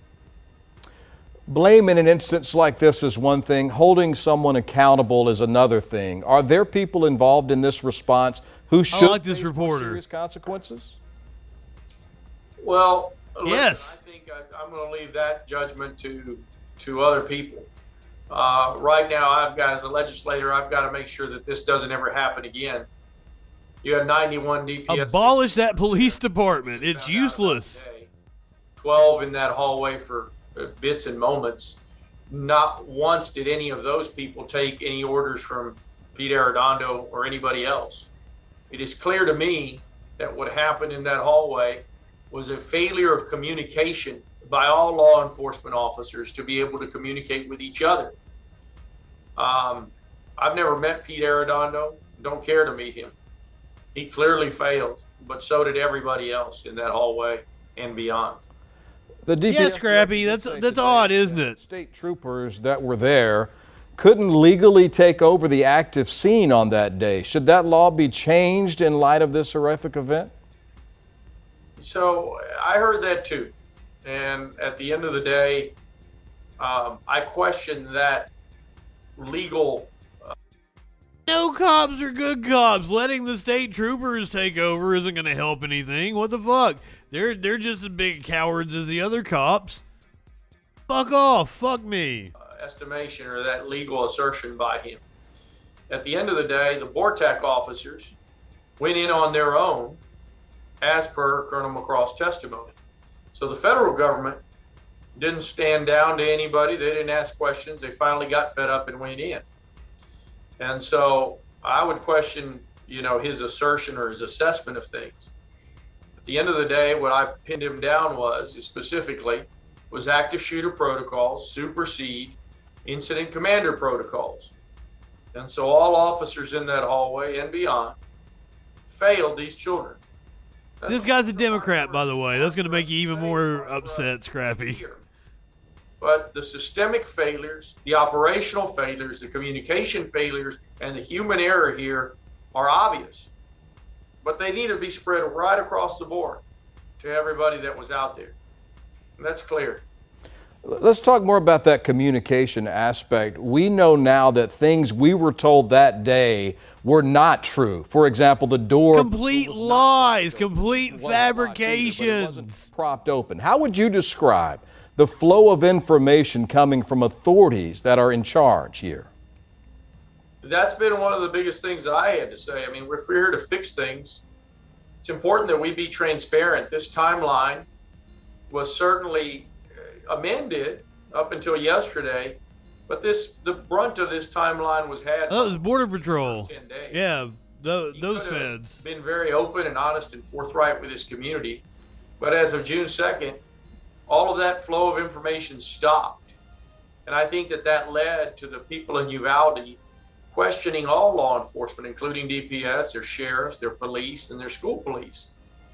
And so when you have a lack of transparency, it tends to lead to a lack of credibility and a lack of trust by your community, and that's what's happened here. I don't blame the people in Uvalde for having those failures in trust. The people in Uvalde should be pissed. Does it rise to the level of a cover-up, in your opinion? Yes. They are covering something up. Initially, I didn't say that. Initially, I couldn't say that there was a cover-up. And here lately, I have been very concerned about the constant finger-pointing by entities. We spent $4 billion in 1 year on this border. He admitted today that those 91 don't say that were on the scene, the majority of them were all for Operation Lone Star. Operation Lone Star, just like every other enforcement unit, failed these children on that day. I'm not sitting here criticizing them just for fun. These are high enough for this shit. I have fun criticizing them, but also they deserve it. Operations that they're doing joint training with these communities. He admitted today that no joint training had been done with communities along the border. If we're going to spend $4 billion as taxpayers, you're damn right we should ask for accountability, and you're damn right that law enforcement unit should go into those communities and sit down with their counterparts at every level and train for any eventuality, whether it's an immigration eventuality or a bank robbery or a school shooting like this one. That didn't happen. We didn't get up. Thank you, Gutierrez. We lost 19 beautiful days. How is this the most white man Gutierrez I've ever seen in my life? To know what happened, the truth here. Are they going to get the truth? Was this dude an investment banker before he became a state senator? Well, what I can say is that, at least from today's hearing, we have some timeline. This dude has never had a real taco. This dude has never had a real tamale. Look at that haircut and tell me he has. Come on, guys. You agree with me, right? Gutierrez. He probably don't like the spicy food. Jesus. Just heard from the mayor of Uvalde that there was more information that was not presented today as his staff watched. And so we need to get down to the bottom of this. We need to figure out what all of the timeline is from all operational units in the area. We need to get the body cam footage. From my perspective, I'm going to continue to fight to get the truth. I'm looking at all options on the table right now, and here in the next 24 to 48 hours, you might be hearing what we're going to do going forward. Is a special session needed? Absolutely. You know, these committees lead to what the fuck are you gonna do in a special session? Jack each other off, just like the Senate's doing before they go on their 2-week vacation. Children go back to school in 56 days. We need, if we're gonna. Yeah, I asked my buddy with kids. I'm like, I bet you're already thinking about back to school shit, aren't you? He's like, yeah, it's only 2 months away. Like, goddamn. Summer just started. Happy summer, everyone. Happy summer. Happy solstice.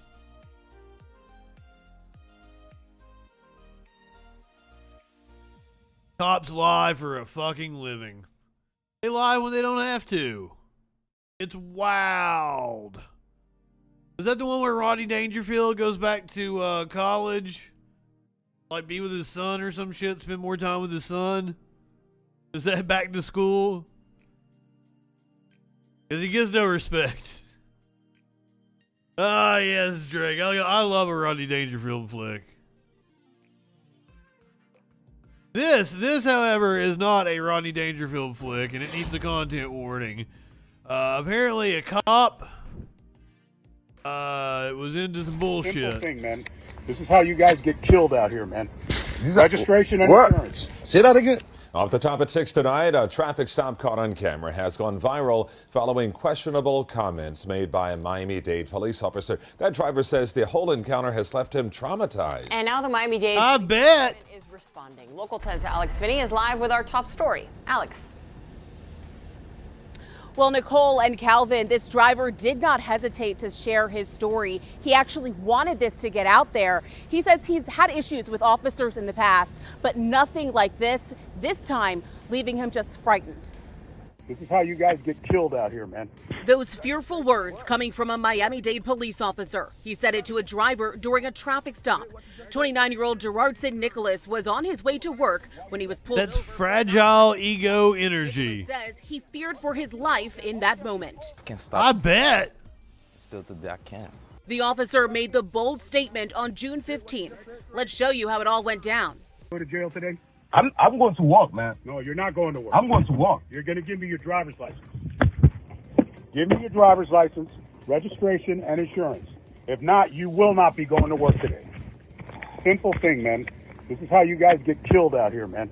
Registration and insurance. Say that again. How you guys get killed out here. Wow. What a piece of shit. The very real and raw video quickly going viral on social media. And Nicholas says he is still traumatized by that statement and the entire encounter. I was on my way to work. I didn't do nothing to the officer. He was just target me because I'm black. Miami-Dade police says they are aware of the video and are currently reviewing the body camera footage, saying, quote, the officer's patrol duty was changed to administrative desk duties pending a complete investigation of the traffic stop, the officer's comments, and he has a fragile ego. And Nicholas tells us that he is looking He wants to swing his dick around. Meantime, the Miami-Dade Police Department says that they have about 30 minutes of body camera footage that they are looking through right now. So more to come on all of this. For now, that's the very latest, live right outside the police department tonight. Alex Finney, Local 10 News. Damn right, Sassy. All cops do. They've all got the little ego problem. Update on our friends in Virginia that had escaped from prison. Unfortunately, they have turned themselves in. 3 inmates turned themselves in after escaping federal prison in Hopewell. 1 is still at large. 3 out of the 4 inmates who escaped from a Hopewell minimum security prison over the weekend have now turned themselves in to authorities. The early morning of Tuesday, June 21st, just after midnight, 41-year-old Corey Branch and 46-year-old Kareem Allen Shaw surrendered themselves to authorities without incident. News comes a little over a day after Tarvis Laquan Graham, another inmate who had escaped from the Hopewell prison, turned himself in on Sunday. Why'd you even leave then? You go back, they're gonna hit you with other charges. Supervisory Inspector Kevin Connolly told 8 News that the U.S. Marshal's Office has been working closely with local law enforcement teams as well as the Federal Bureau of Prisons on the investigation of the incident. According to law enforcement, 30-year-old Lamont Rashawn Willis is still at large. Authorities told 8 News they are focusing their search for Willis in the area of Suffolk, Virginia, where Willis is from. Authorities have released the following photo and description of him. Do not narc. Weekend out. Okay, you just want a weekend out. I understand. Hey. Willis was sentenced in the Eastern District of Virginia to 216-month sentence for possessing and concealing a stolen firearm and possession of a firearm by a convicted felon. But I thought you loved guns so much. Everybody should have a fucking gun. But we're going to sentence somebody to 216 months. But he's not dangerous enough to put him in the real prison. You got to put him in the minimum security prison. Weird. Willis, 30, is a black male with brown eyes. I'm not giving you the description. According to the U.S. Department of Justice, all 4 inmates were discovered missing from the Federal Corrections Complex. During an impromptu head count at 1:45 a.m., according to the Inspector Connolly, it is believed the inmates escaped from the Hopewell facility sometime after 9:30 p.m. Branch was previously sentenced in the Eastern District of Virginia to 160 months for possession of fentanyl with the intent to distribute and possession of a firearm and the commission of a felony. Shaw had been sentenced in the Western District of Virginia to 194 months for conspiracy to possess with intent to distribute heroin. Graham, the inmate who surrendered on Sunday, was sentenced to North Carolina. I want to know why they surrendered. Connolly told 8 News he believes that the media's coverage of the incident has played a role in the 3 escapees' decision to turn themselves in. All 4 inmates will be charged for the escape, which could lead to an additional 5 years on their sentences.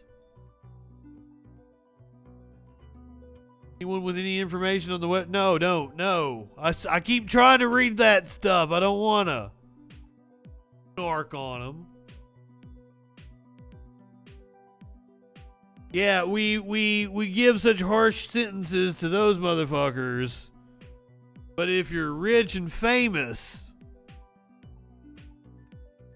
you get off without doing hardly any jail time. Get off on a technicality. At least now a civil trial has found Cosby guilty of abusing a 16-year-old girl at the Playboy Mansion in 1975. Jurors found Bill Cosby sexually abused a 16-year-old girl in the civil suit filed by Judith Huth, who accused the former comedian of sexual assault at the Playboy Mansion. Huth, now 64, told Fox News Digital shortly after the trial, "Victory is right, love it, happy as I can be," or happy as can be. She was just a teenager when she and a friend met Cosby at the Los Angeles area park, where he was filming the movie Let's Do It Again.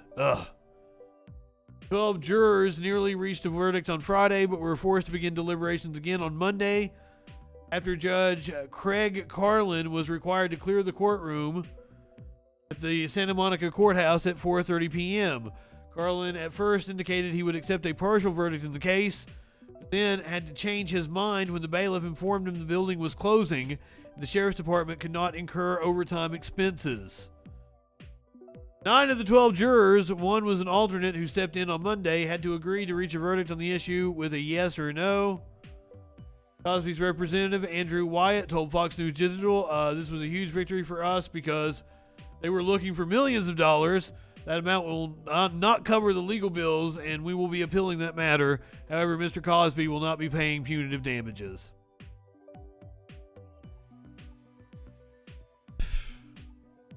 Oh, if only Curiouser. I mean, fucking Henry Kissinger is still going.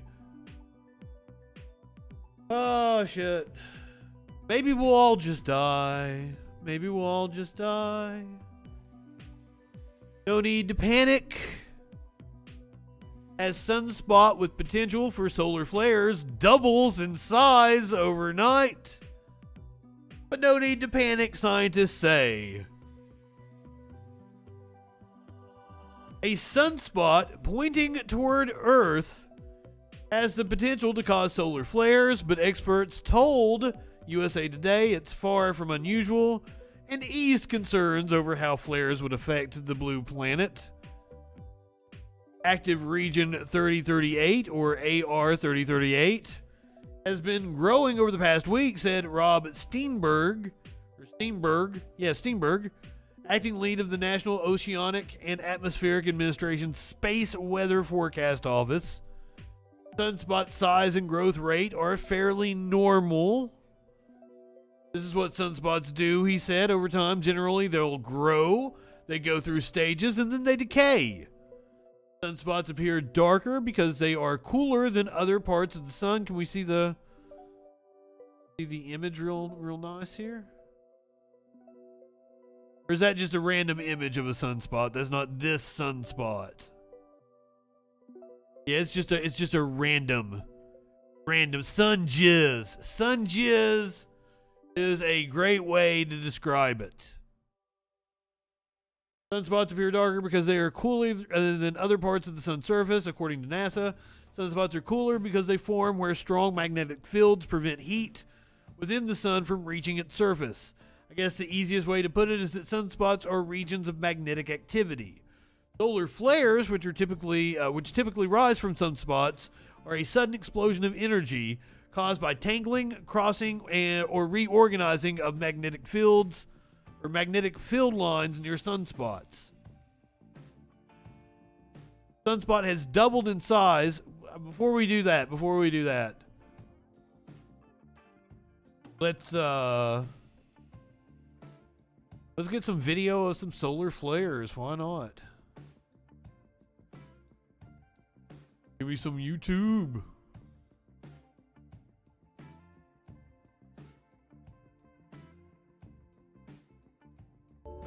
A massive solar flare erupted from the sun. It is being said that it was one of the longest ever events on the solar surface. There you go. That is a solar flare. As per reports, Does sun kiss? I believe so. It still exists. exploded, producing M3 class flares that lasted nearly 8 hours. It would be good marketing on their part. The We massive get a sun flare. the inner planets, including the Earth, ionize the top of the atmosphere with the extreme ultraviolet radiation released from the sun. As per reports, the event caused a shortwave radio blackout over Japan and Southeast Asia. According to the Solar and Heliospheric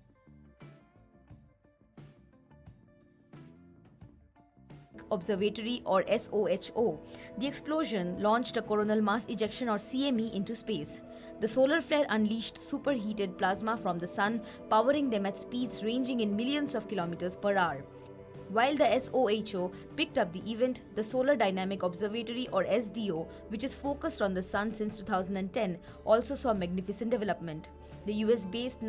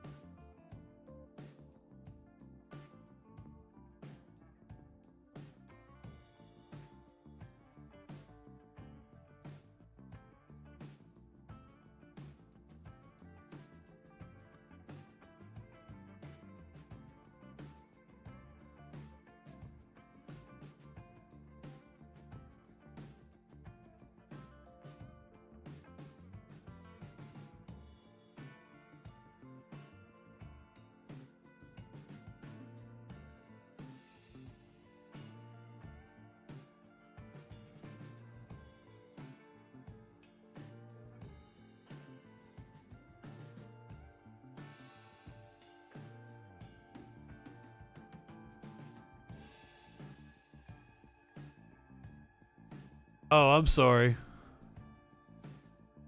I've been really I've been really coffee tonight. Coffee. Sorry.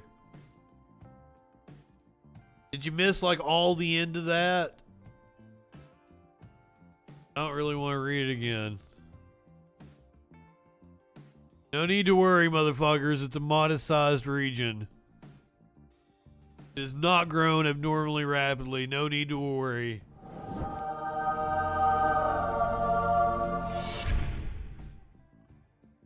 I will say that the numbers went up as my mic was off, so maybe that's something new we should do.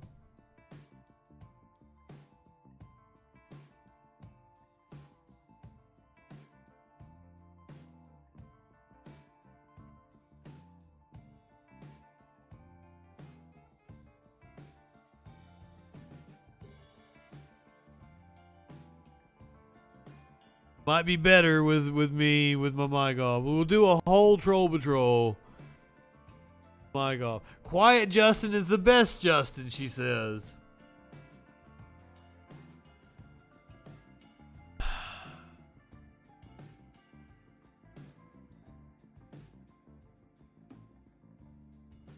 She talks a lot for somebody who criticizes people who talk a lot. She talked the entire time. When she was here the other night and I did the Bernie Sanders Lindsey Graham thing, I do believe she talked the whole time. I just couldn't hear her. I would react to shit she said in the chat. I'm sorry I gave you a short one here. Thank you. I tried to get background music that encapsulates, exactly what the Troll Patrol is. Feel like it's kind of funky. It's upbeat.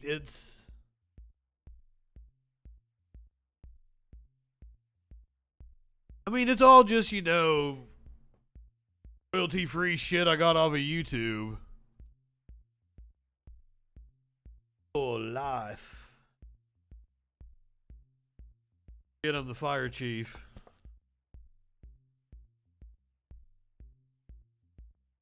There's a puppy outside. Speaking of a puppy, apparently this, well,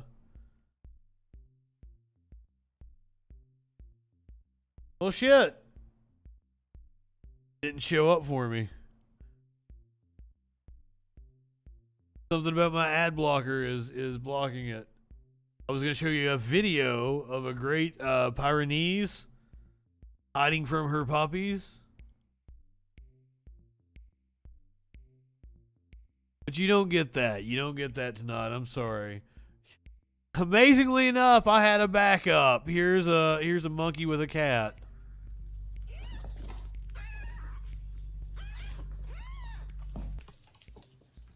I didn't really have a backup. It was going to be like tomorrow night's video. I had seen it and I'd already been like, well, I'm going to play that, but I had the Pyrenees video.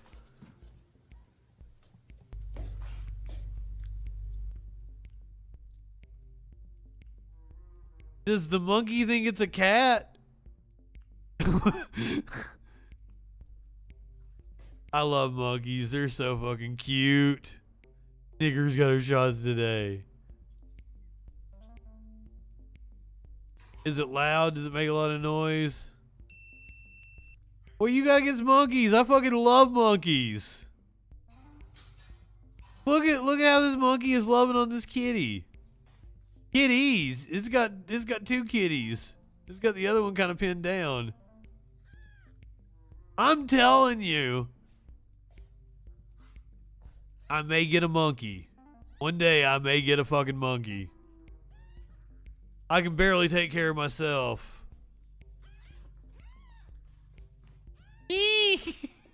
Oh, listen how cute. I assume that's the mom. Oh, the monkey's carrying the kitten around.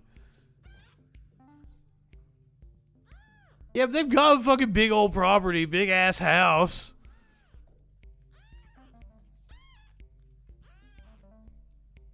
Meow, meow. They look like little fur balls. Don't be too rough with it now, baby. Maybe I need a monkey nurse. Maybe they need a monkey nurse. They got a monkey nurse.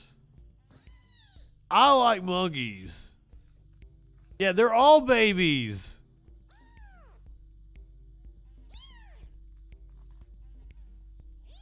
That monkey is itty bitty. Man, it really wants to play with those kittens, though. I need to shave. The side of my face itches so fucking bad. You guys are probably thinking I've got like lice or some shit. No, it's just I have not shaved quite some time, and it is like this is the itchiest part. Like I need to shave it right now. I may go shave it tonight.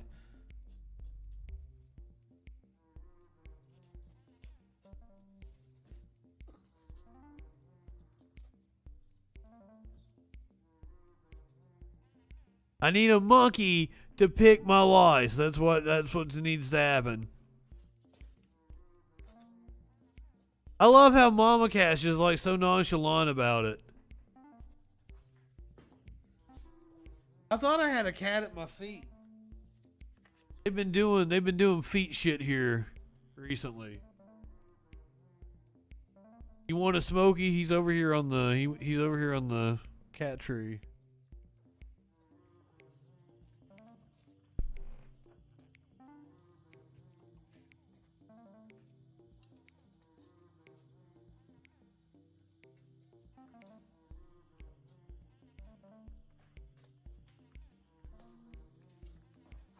Hey, buddy.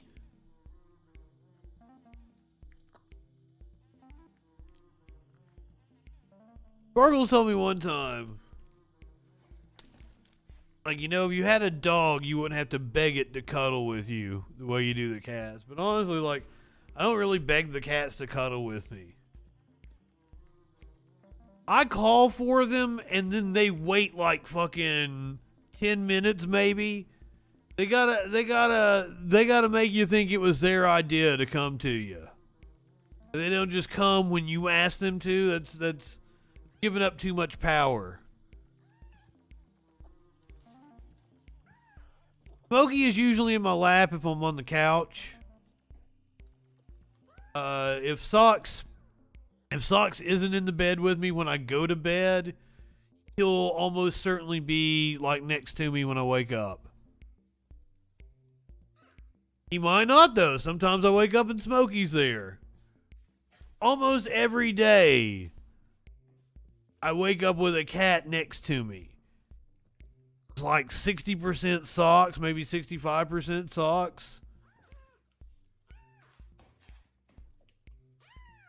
15-20% Smokey. Whatever's left, it might be Socks. This morning it was Socks and Smokey. I woke up next to both Socks and Smokey. They lay together sometimes because they've been together. They've been together like, I don't know, maybe all of Smokey's life. I don't know. I don't know what their story is. They were like neighborhood cats that were strays, but people took care of them, and they were, you know, really sweet cats. And that's one of the things like it breaks my heart. Like they never had like someone love on them like I do until they got it. I've spoiled the fuck out of them. Likes to be your pillow. Oh my god. I can't lay on Socks. I have to like, he's got certain ways he likes to lay, right? Like you got to go with the way the cat does. Cuz like, yeah, yesterday I like came back to bed after I got up to go to the bathroom, and he was in my spot, like he was laying on my pillow, which he does during the daytime. I'm like, all right, well, if you want to lay a different way, we can. So like, I got in the bed all carefully to not disturb him, so that he was under my left arm instead of my right arm. I kind of like, you know, fucking curled up with him and shit, and he got up like, nope, I don't like this. Well, fuck you, Socks. No, I don't mean that, buddy. He might be hungry. He's over there next to his food. But then again, I feel like I just fed I feel like I fed them when I ate just a few hours ago. So like, you can't be hungry. Then again, both Socks and Smokey are over there, so maybe I need to go feed the cats.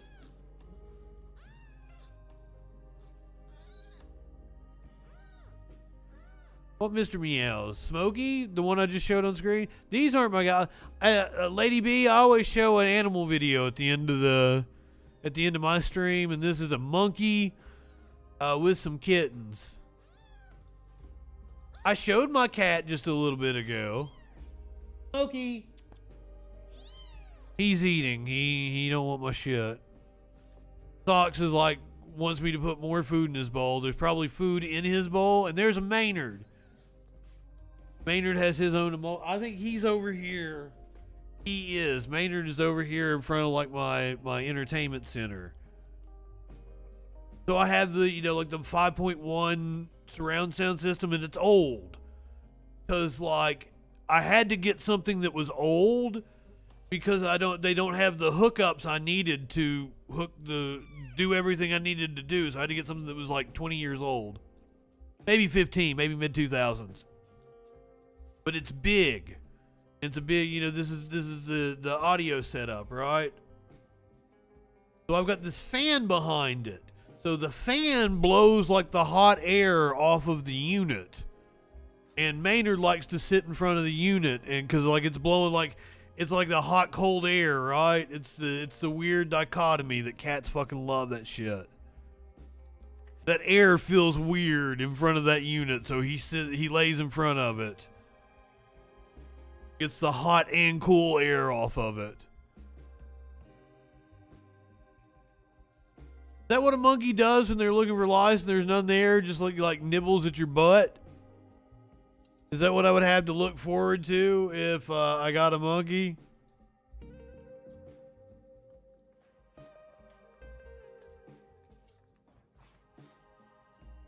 I would hope that the monkey would get along with my kitties the way that that monkey gets along with kitties. And I gotta fix my chair. My chair keeps I don't know if you guys, I keep getting shorter and shorter. My chair keeps slinking down. If you're watching on Twitch, you're gonna head over to Freems. I fuck it up every time. I would love a monkey. Go ahead, light one up, tip one back. It's alright to have a little fun before you hit the sack. I'm Justin Freakin. See you tomorrow night on the Troll Patrol Live. Maybe with a monkey co-host. You never know. You never know.